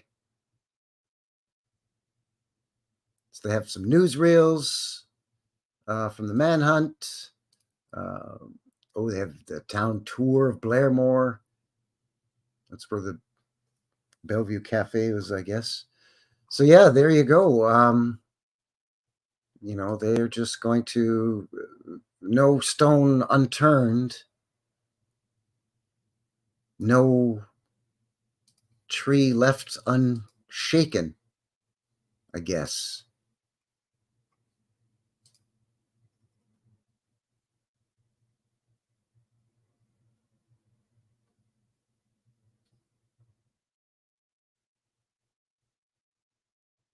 But there's another train robbery here that I think was earlier, I think 1904. There's some argument, apparently, as to when Canada's first official train robbery or great train robbery, and I'm not sure what the distinction is, by the way. Same with the Great Fires. We discussed that earlier. And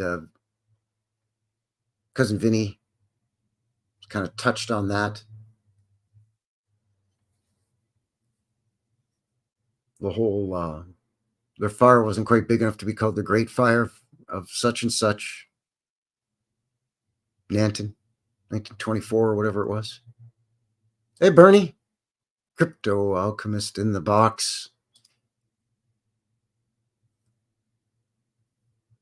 See, I've got another, what's this one here? This is something.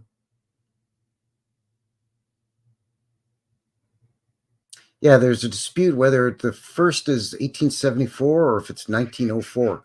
That's a huge difference. That's a 30-year difference or something. But anyways, let me quickly share this. This is it's a PDF file from heritagemississauga.com. Mississauga is a city outside of Toronto in Ontario.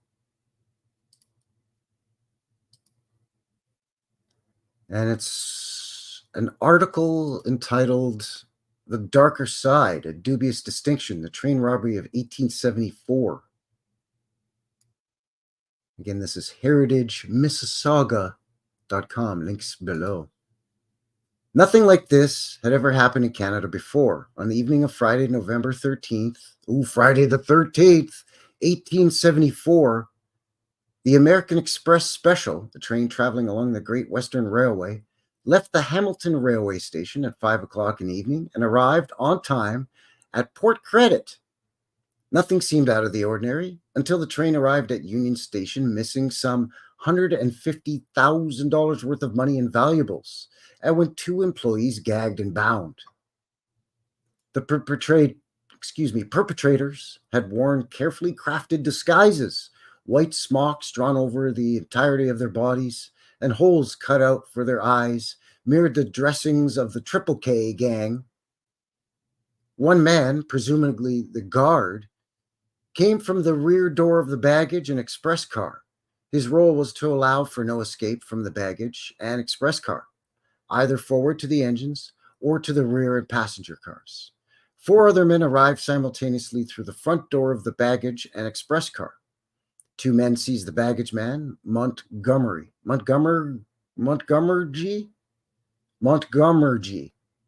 Could be a typo. I want to say that's supposed to be Montgomery, but anyway, he was gagged, tied, and thrown to the ground. Thrown to the floor, not the ground. They're in a train. Thrown to the floor. The other 2 men swiftly attacked the express messenger, Nanton, who was an employee of the American Express Company. Nanton had not noticed their entry into the car as he was occupied.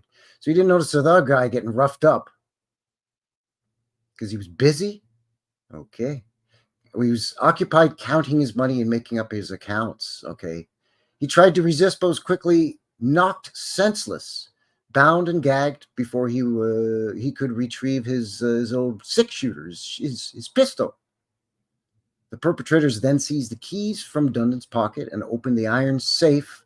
According to newspaper accounts, the thieves took everything to their liking. According to newspaper accounts, right? So they started an investigation. He saw some men a porter says he saw some men standing by the train upon its arrival at Port Credit. How odd that train robbers who steal money from the American Express Company boarded a train in a place called Port Credit, by the way. Just kind of let that sink into your gray matter for a second or two. Just let that kind of jump around in your Brian a little bit. I said, hold up, wait a minute, something ain't right.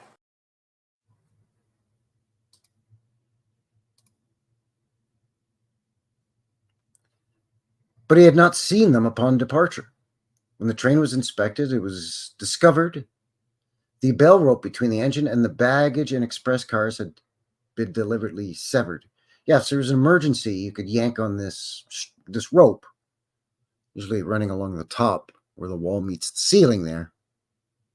And you just kind of pull it, yank, and it rings the emergency bell.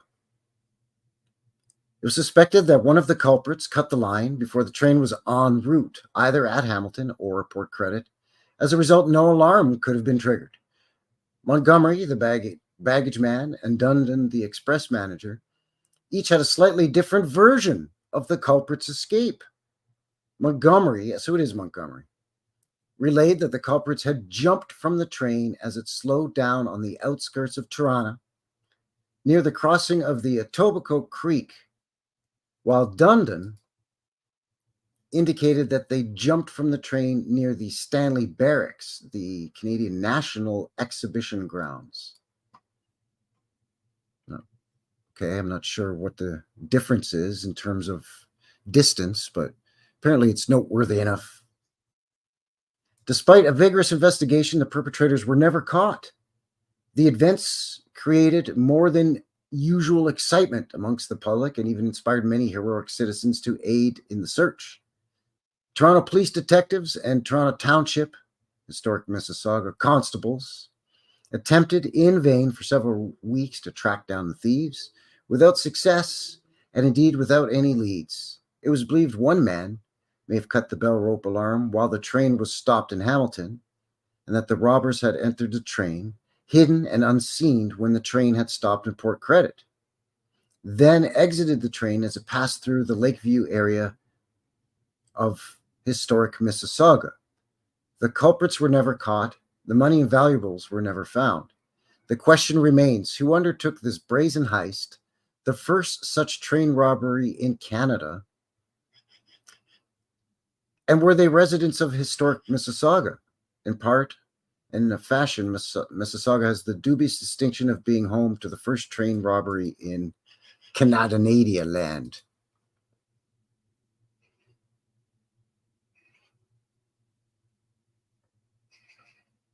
So, I don't know. It's very unusual. All of these stories have a bit of hokiness to them, at least to me. So I've got one more. This is from 1904, and this is from the missionmuseum.com/local history. Well, yeah, see, shenanigans. It's got to be, right? Because, you know, and let's face it, yeah, pretty much everybody knows everybody. All the menfolk know all the other menfolk if you're farmers and ranchers, all right? Because you're all going to be going into town to go to the grain elevators at least once or twice a week. You, your neighbor farmer or rancher, any farmhands that you might have in your employ, if you can afford any. If not, you're one of your 8 sons or whatever, right? Stuff in town kind of revolved around the church, and most especially for the men, the grain elevators in an agricultural farming town, where there are grain elevators like that. Because men could be there for hours waiting until whatever the latest price is on their grain. Their grain has to get graded. They got to negotiate their price, unload their grain. Plus, they're waiting in turn. They got to wait in line like a deli. I don't know if it's a number system or I don't know what. First come, first serve. I have no idea. Then they got to unload their grain, and then, it's horse and buggy. Pulled back out of the grain elevator so the next farmer can come up. They do a reset, just start the whole system over again. So they could be there hours. But the grain elevators, if they're right there, the train station's right there, the hotel's there, the saloon or the tavern is there. What else is going to be there? The church, the school, everything is going to be right there, built around that train station. Whether you're thinking pre-reset or post-reset, it just makes logical sense. Now, whether the railway planned and built the town, or if it's just the town was there and the railway came through because it was convenient for both. Because it could be either or, right?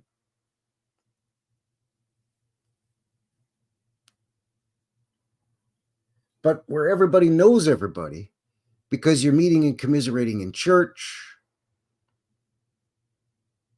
around grain elevators, in the tavern or saloon, at the bank, at the dry goods, at the merchant, at the market. Yeah, an alphabetical system. Yeah. Whether we unload grain or rob a train, we're doing it alphabetical, eh, buddy? That's how we're doing it up here, eh? Alphabet, bet they won't figure it out.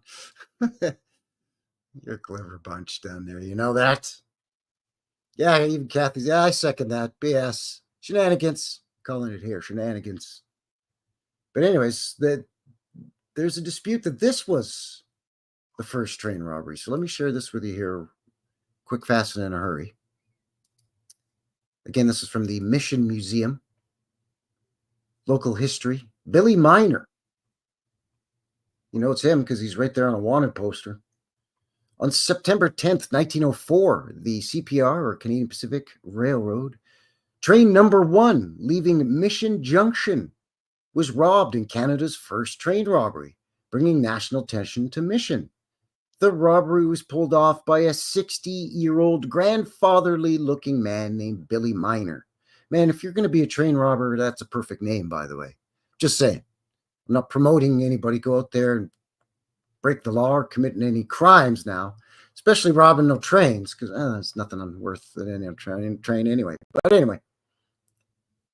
But I mean, that's a good name for a train robber. And his accomplices, Shorty Dunn. Yep. You got to have a guy named Shorty Dunn or Dusty McGee or, Two Guns Mackenzie or something, And Jake Terry. Yeah, either Jake or Duke. They boarded the train at a water tank, so the train just stopped to take on water. After they gained control, they made the engineer separate the locomotive, baggage car, and 2 small mail cars from the rest of the train, then moved these cars to Silverdale. They took $6,000 to $7,000. How do you not know? Isn't there a shipping manifest? $6,000 to $7,000 worth of gold dust. Gold dust. So pre-bullion, okay. $914, but they knew $914.37 in cash. So they took they're off by $1,000. They're not sure. They're going to swing, give or take $1,000 for the gold dust, but they got it down to the ruby red cent of how much they took in cash money. Well, sir, I don't like it. Just does not make sense. An $80,000 bond, but left 794 cents scattered across the baggage car. Well, because they were too busy scooping up all this loose change, man.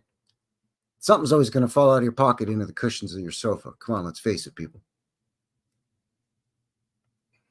Then, according to reports, these old-timey newspaper articles from back then, they never said, Mrs. O'Malley said she saw. No, they just said, according to reports. That could be the reporter just saying, well, I think this, so therefore I report it, so according to reports.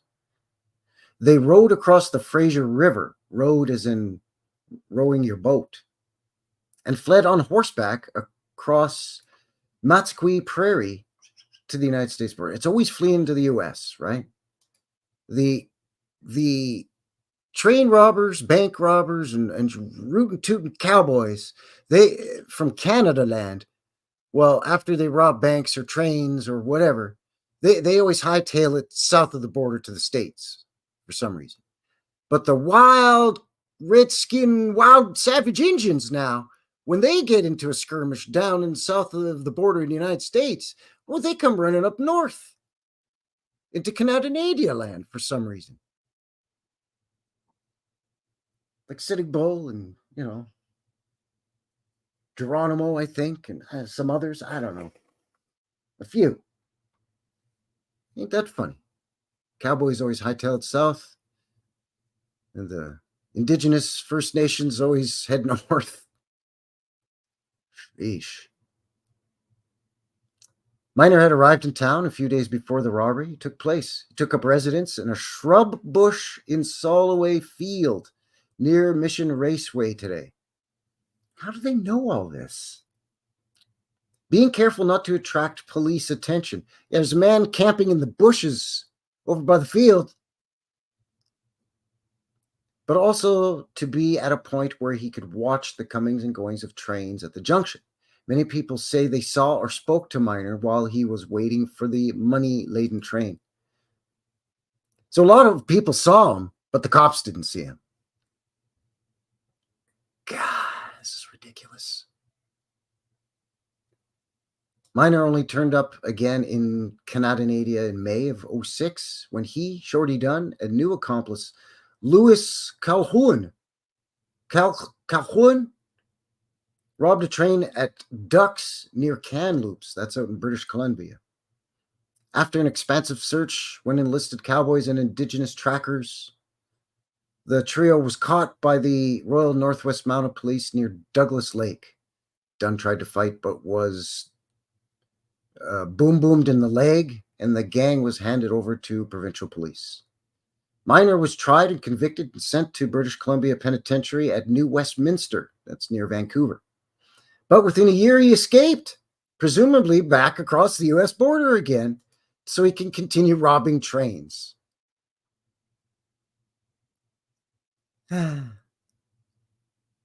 Billy Miner, the gentleman bandit, given the title The Gray Fox by the 1982 movie of the same name. They made a movie about this guy. Is credited to have coined the phrase, hands up. Get out of here.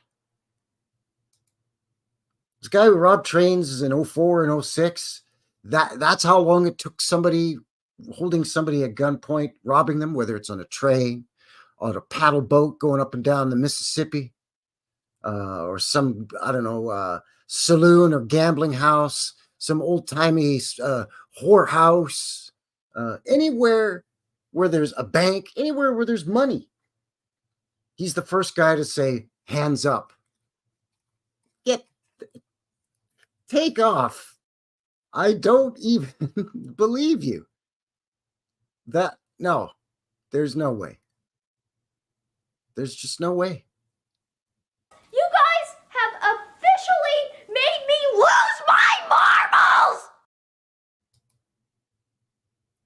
There's no way they could know that. But anyway, okay, here we go.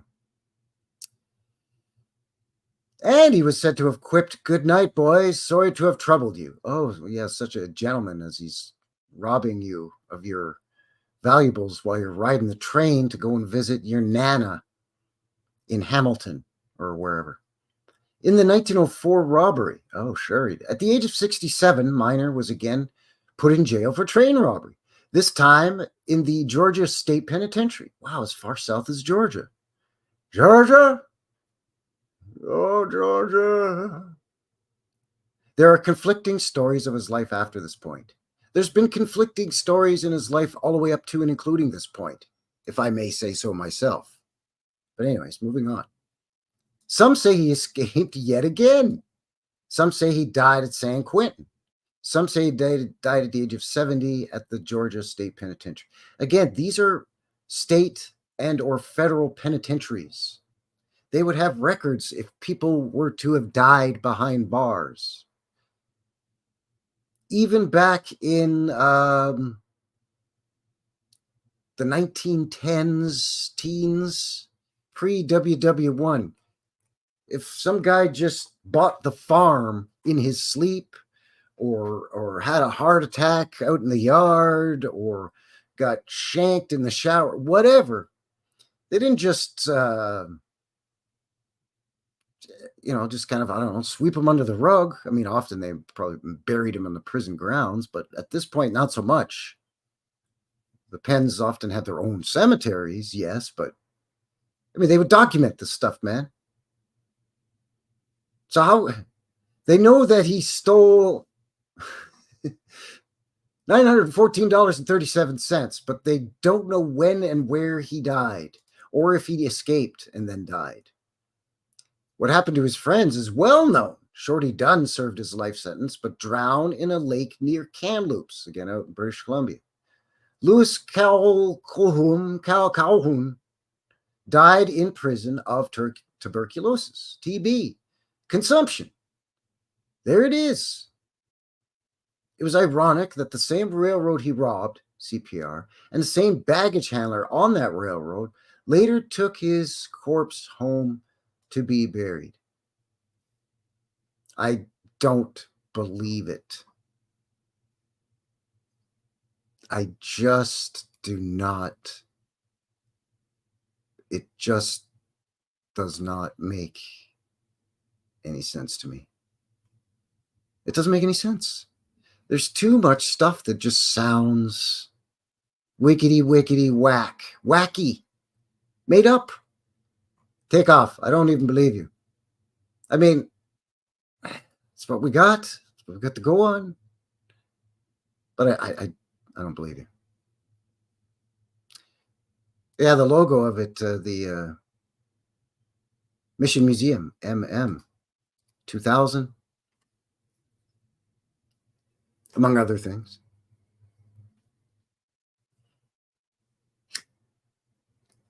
So 1874, 1904, the first train robbery. They both lay claim to be Canada's first and great train robbery. That's why it's called the Great Train Robbery, because it's supposedly the first. Now that's a 30-year swing. So I don't know how they could mix up 1904 with 1874. 1874 seems way more likely. There was a lot of little goofy trains and railroads going in and out of the Crow's Nest Pass here in southern Alberta at that time. There was coal mining, gold mining, silver mining going on all in through there. There's all those little towns that I rattled off earlier in Crow's Nest, Blairmore and Frank and whatnot.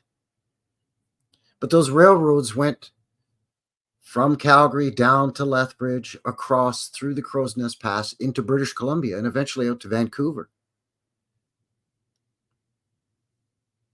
And then down into the States, too. They went into Montana, Idaho, Washington, Oregon. So there's a lot of these little trains that were carrying valuable stuff like coal or money from, gold exchanges or whatever, or silver.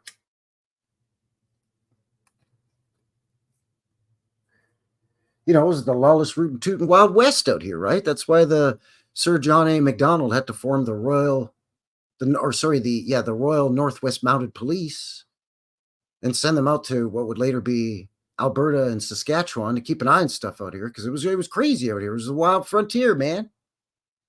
Trains being robbed, skirmishes between different nations of indigenous peoples, skirmishes between indigenous peoples and settlers.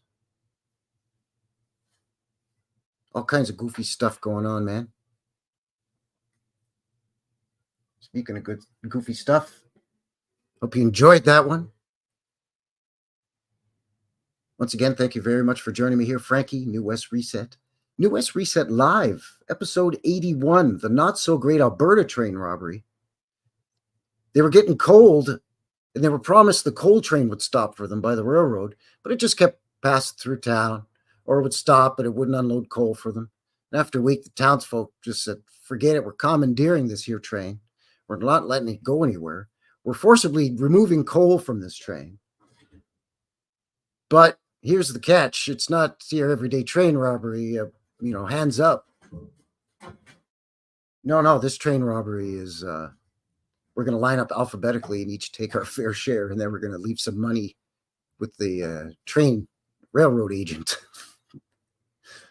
And then some discrepancies with the first official Canadian great train robbery. Was it 1874 or was it 1904? Again, that's like, I'm not a mathematician, but that's a 30-year swing, isn't it? I don't know.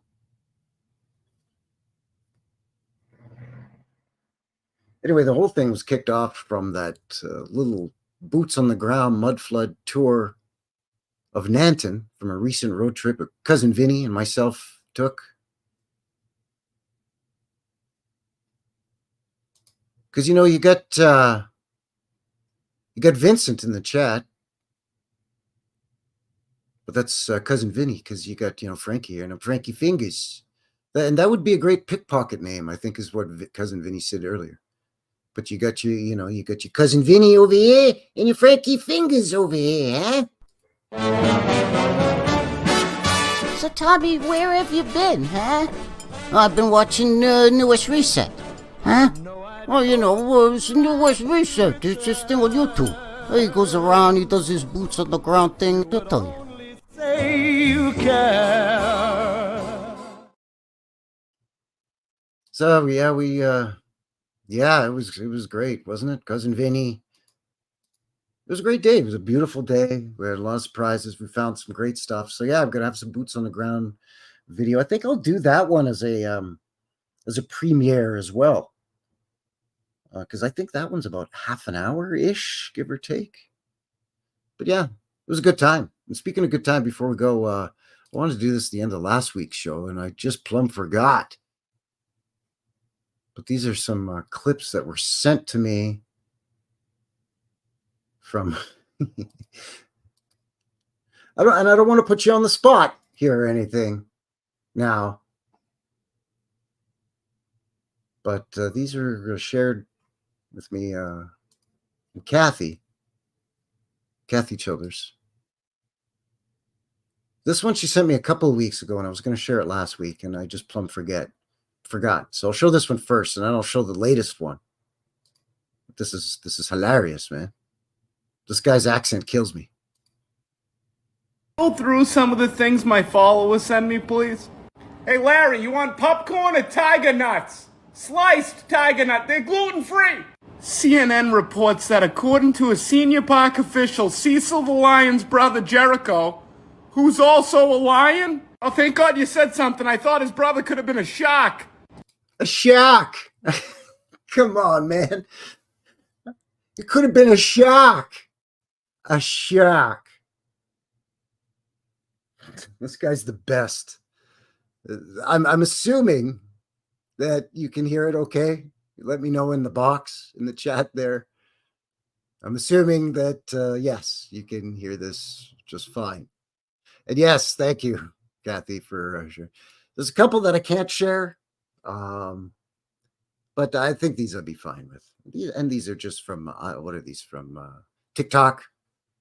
So shout out to this guy. This guy's hilarious. I'm not on any of the clock apps where they tick and talk, and the little the twatters and the all that stuff, right? The Instagrams and stuff. Links below for what I do have, but none of that shenanigans. Anyway, let's keep it going because this guy's a scream. Yeah, I just have a question about the Obama milk at the bottom. Is that from Barack or Michelle? Oh yeah, you can milk anything with nipples. Is that from Barack or Michelle? Nipples, Greg. Could you milk me? Oh, wow. Yeah, could you just slap on a scoop of the old clothes, please? Hey, UTQ, where you going, dude? Oh, they're transferring me, dude. Yeah, what aisle is the guacamole on?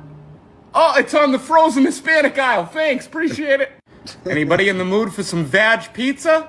Oh, you got a foot fetish? Don't worry, have a slice of pizza. Are you on a diet and got cheated on and you want to eat your feelings away? Have some yogurt. Hey, Anthony, how's that new Cantonese takeaway place? I mean, it was good, but within 7 minutes I was shatting. Oh, man. Thank you. Thank you. Yeah, that's the kind of guy who packs his cat in a cat pack, right? And again, I'm not making fun. We just don't have anything close to that kind of accent up here in Canada land, eh?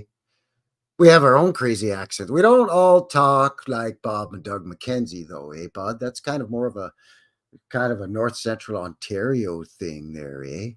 Maybe a little bit maritime, eh? But that's only because there's a lot of maritimers that transplant to Toronto and the surrounding areas there, eh, buddy? We got the rural accents like we got kind of out in Saskatchewan and Alberta.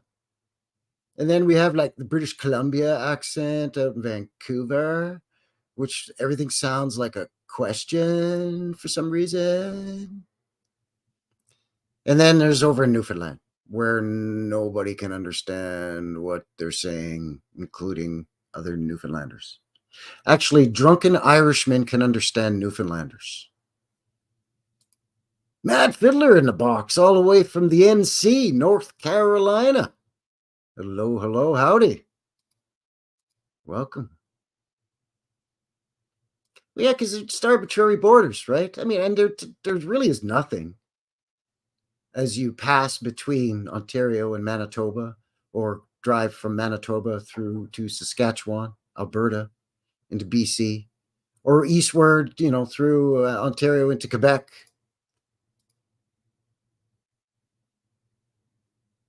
I mean, it's just, you'll pass a marker that says, welcome to Saskatchewan, eh? But I mean, that, or what have you. Or you'll pass through a time zone. But for some reason, people in Saskatchewan do talk differently than Albertans and Manitobans. I guess maybe because Canada's so big, eh? Oh, I didn't mean to do that. Didn't mean to do that at all. Amateur hour. Have some yogurt. Hey, Anthony, how's that new Cantonese takeaway place? I mean, it was good, but within 7 minutes, I was shatting. Yeah, we can hang out, but I'm not looking for anything serious. Perfect. Donate clothing and what? I've got holes in different area codes.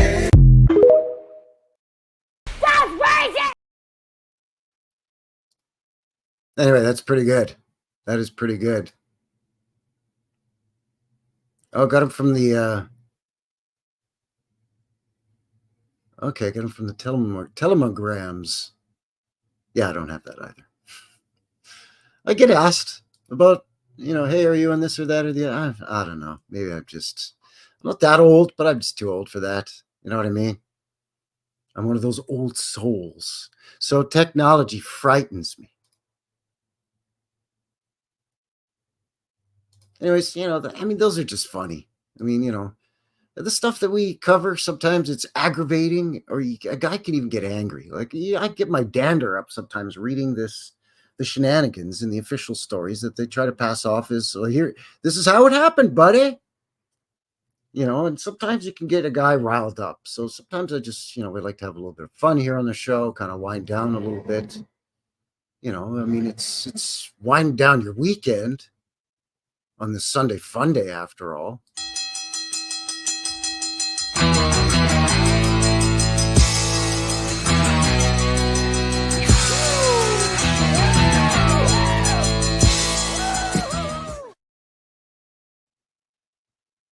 So, once in a while, you just gotta have, you gotta poke some fun at it a little bit. You gotta have some fun.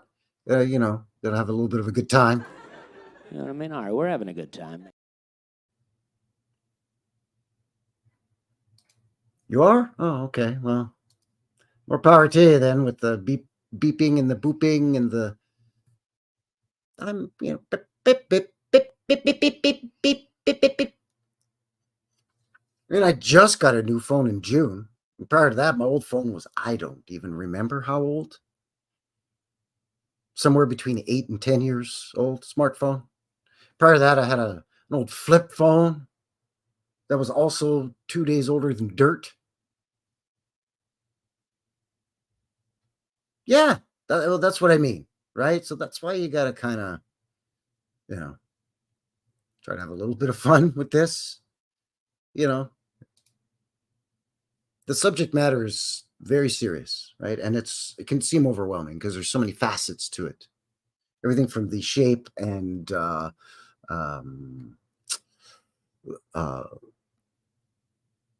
matter in which our realm is constructed, to lands that we're not aware of, to underground stuff, to voids in the earth stuff. Like, I mean, it just, mud floods, or some kind of electromagnetic plasma discharge from the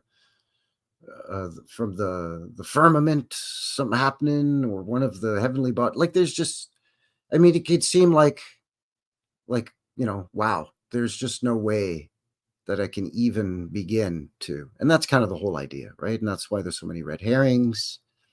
and so much shenanigans going on. So every once in a while, you just gotta, take it down at the knees, chop it down at the knees, chop it down to size a little bit, and just have a little bit of fun. I think I had another one here. Yeah, this was the other one that she sent me. It's that same guy because he's funny. This guy's funny. So I'm sorry I don't have his deets, as the kids say. So I don't know who this guy is, but it's obviously in and around the Boston area, Boston. So I don't know.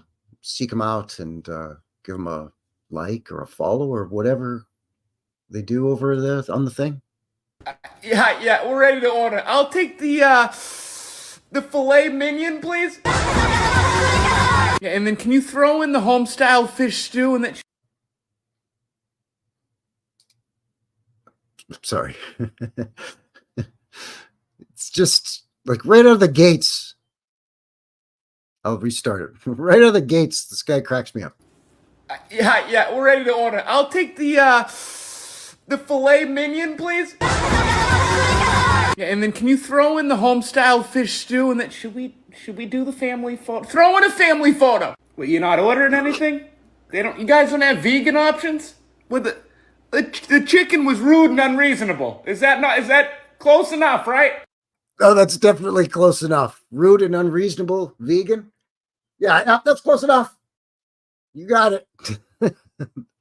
Oh crap! Can we do drinks? So we're gonna do a Coke Zero, a Coke Light, and three regular Cocks, please. Oh Jesus, this guy's too much, man. Crap! You're right. Appetizers. We're gonna get a little fancy. All right. We'll take the salmon tartare and a crystal slipper. Yes, crystal slipper. You heard? Crystal slipper. Heard me right. I want to make sure I'm reading this right. Can I get 4 to go for when we leave? Can we put it on a separate bill? Yeah, and for dessert, tough choice here. Go with the number 65, the chocolate puke. Oh man. Wait, hold on a second. Did you guys want anything from the chef's crack or no? Oh man. Oh man. That is some funny stuff. That is some funny stuff.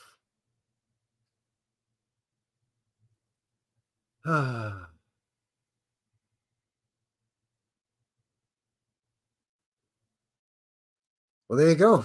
I think that we're going to draw to a close. And we're going to end it on a high note. Somebody else did all the work on that high note. So there you go. I think I'm getting ready to wind it down here. We're just past the 2-hour mark, 2 hours and 20 minutes.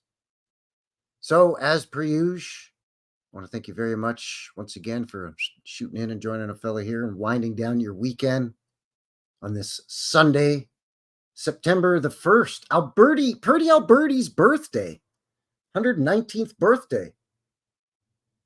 Looked at some train robberies in Alberta and one out east, out by Toronto. Some discrepancies, and we had some fun with those discrepancies because why not? There always are, and there always will be.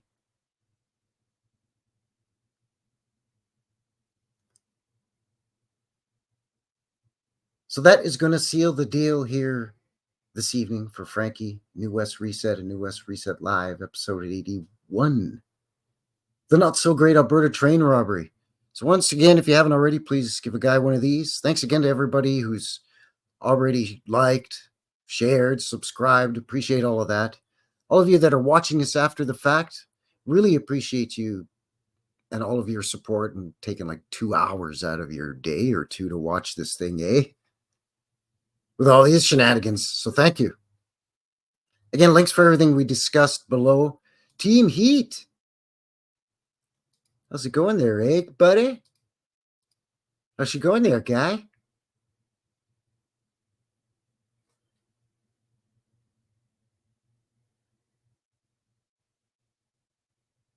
So again, as a reminder, Wednesday, vintage footage as always. Friday, boots on the ground. That one's going to be a premiere of, a fella just going on walkabout up in Edmonton for a couple hours. Well, I was up there for a whole day. It was a great trip, by the way. Got stung by a bee, though. So if anybody's keeping track, that's for the bug bite tally. That's 2 wasps and 1 bee for Frankie so far this summer. Bit me right on my left index finger, right between the 2 knuckles. Right while I was filming the legislature building at the legislature grounds. But it was a great trip. I got up at 6 in the morning so I could leave the house by 7. Get to the bus depot, the ticket office, bus departure building. Bus left at 8. I think I was snoozing by 8:30. Woke up when we got to the halfway mark, jumped out, had a quick stretch of legs and a break. Back on the bus. Pulled into the capital city of Edmonton about 11:45 noon. Was right in the heart of downtown by high noon on the button. Hit record and began the day and went right until 6. Well, break for lunch, break for a snack. Went till 6, back at the bus depot for 6. The bus left at 6:30. Got home at 10. Well, got back to Calgary at 10 p.m., got home at 10:30. So it was a day. 6 a.m. till 10:30, 11-ish p.m. But it's great, man. The bus that I took is the local Alberta bus here. It's called the Red Arrow. And it's one of those luxury buses, right? It costs you like $70 for a ticket one way. But they got the reclining padded seats, and you can get the single seat by yourself. It's like flying. You can request window or aisle or the single seat. They show a movie. They got the screens. You plug in your earbuds. They got the Wi-Fi. You can plug in your personal device to charge it. And plug in, like if you have your laptop, you don't have to run the battery on it. You can just plug it right in. They got a bathroom and a sink to wash up and the whole sanitizer and all the things. They got the snacks, the beverages. No alcohol beverages, though. But they have the because there's no separation from the driver and the passengers, so they can't serve the drinks. Get the snacks, the coffee, the water, the soda pop, coffee, tea. So it's nice. You can just kind of lay back. Guy can tip his hat over his eyes and lean back. Get a little footrests under the seat in front of you. You could click that up, put your feet up there, and saw some logs and have a nap. Let somebody else do the driving. No, it's the way to go, man. It's the way to go. So yeah, the Edmonton trip was solo trip. But yeah, Cousin Vinny and I did the road trip. That Cousin Vinny drove, and that was down to Nanton. And that, just over an hour, roughly an hour-ish, like from city limit to town limit. But, say an hour and a half by the time you get out of Calgary and hit the highway and start making some time. So you're a bus driver, eh? Yeah, there you go. Are you like a city municipal driver, or are you one of those long distance like drivers, like Greyhound type thing, or a charter driver? You're right. If you're not comfortable, you don't have to spill the beans, let the cat out of the bag. Yeah, I was going to show that one, and then I thought, you know what? They're very touchy in Canada land with the alphabet people. I could even just have the cops kicking down my door, the Mounties haul me off just for saying alphabet people. Maybe. I don't know. But you know what I'm saying. The Orange Bullet. Well, see, I'm not too familiar with the bus system out there. I did take the GO train into Toronto from, I think, Mississauga. Was it Mississauga or was it? No, I think it was Mississauga. Right into downtown Toronto.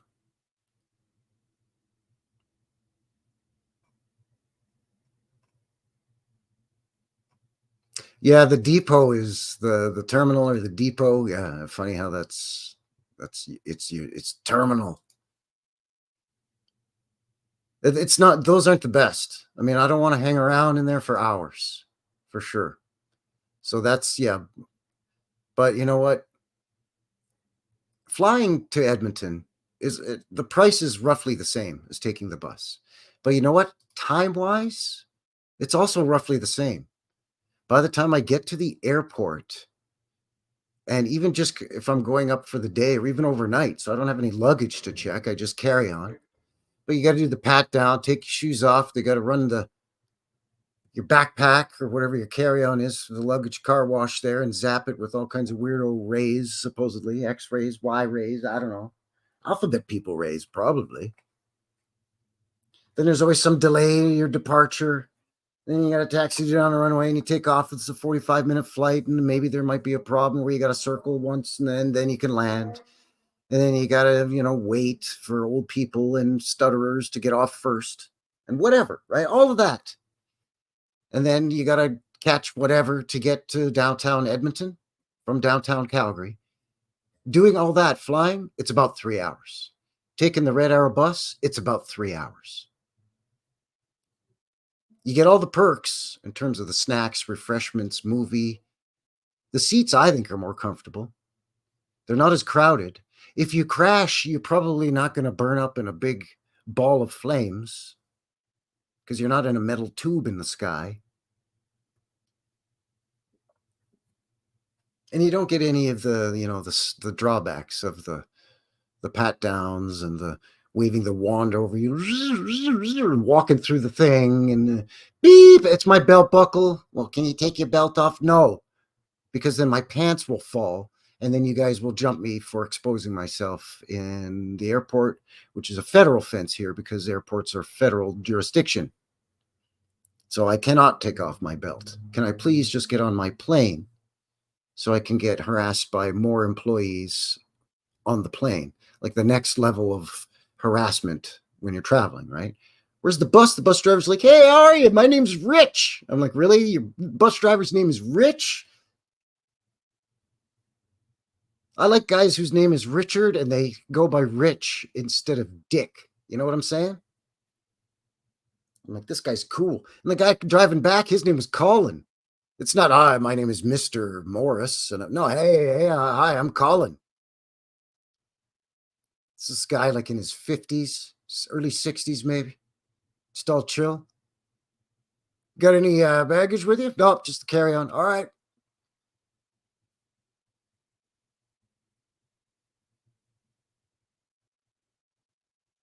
It's pretty good. It's pretty good. Yeah, and they call them motor coaches. But yeah, it is like taking a stagecoach. Not as bumpy. And a little faster. Calgary to Edmonton in 3 hours instead of probably 3 days.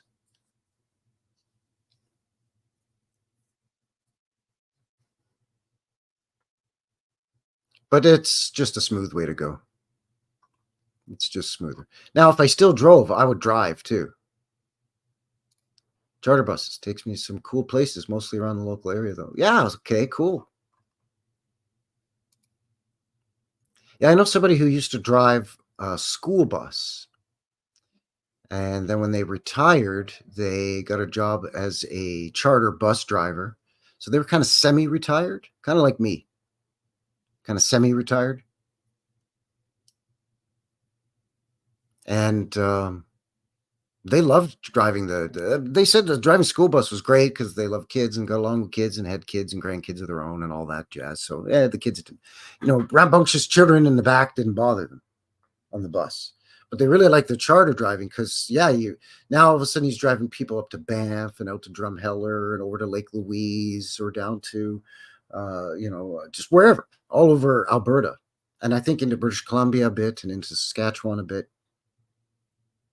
So yeah, it was a cool gig. And I just like traveling that way. But if I still drove, I would just drive up to Edmonton for sure. Again, if you're driving yourself and you're not going to take any breaks, you could do it in like 2.5 hours. The bus stops at a town called Red Deer, which is roughly halfway. Hey, Morgan. Isabella Live 2.0. Morgan in the box. Ninja watching. Lurking. Yeah, it stops about halfway in Red Deer for, I think it's 15 minutes stop to load, unload passengers and luggage. And there you can jump out and, you know, I can have a smoke. You can stretch your legs. You can use the washroom in the ticket agent's office. The terminal. The building. The bus depot. Even though there is a facility on the bus too, right? So if you got to go pee-pee. See, I'm too old to drive from Calgary to Edmonton and not take a break anymore. I would still have to stop halfway because I would have to go pee-pee. Especially getting up at 6 a.m. So then to compensate, I'm drinking coffee like it's going out of style, right?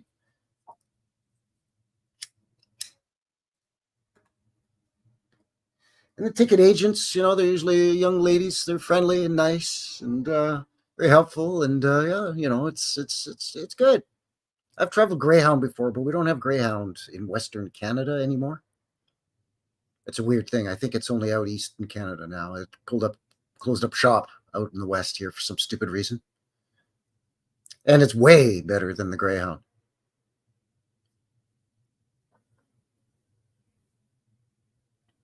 So anyway, there you go. Enough chit-chatting coming up. Well, just over 2.5 hours. Okay, I got to shut her down.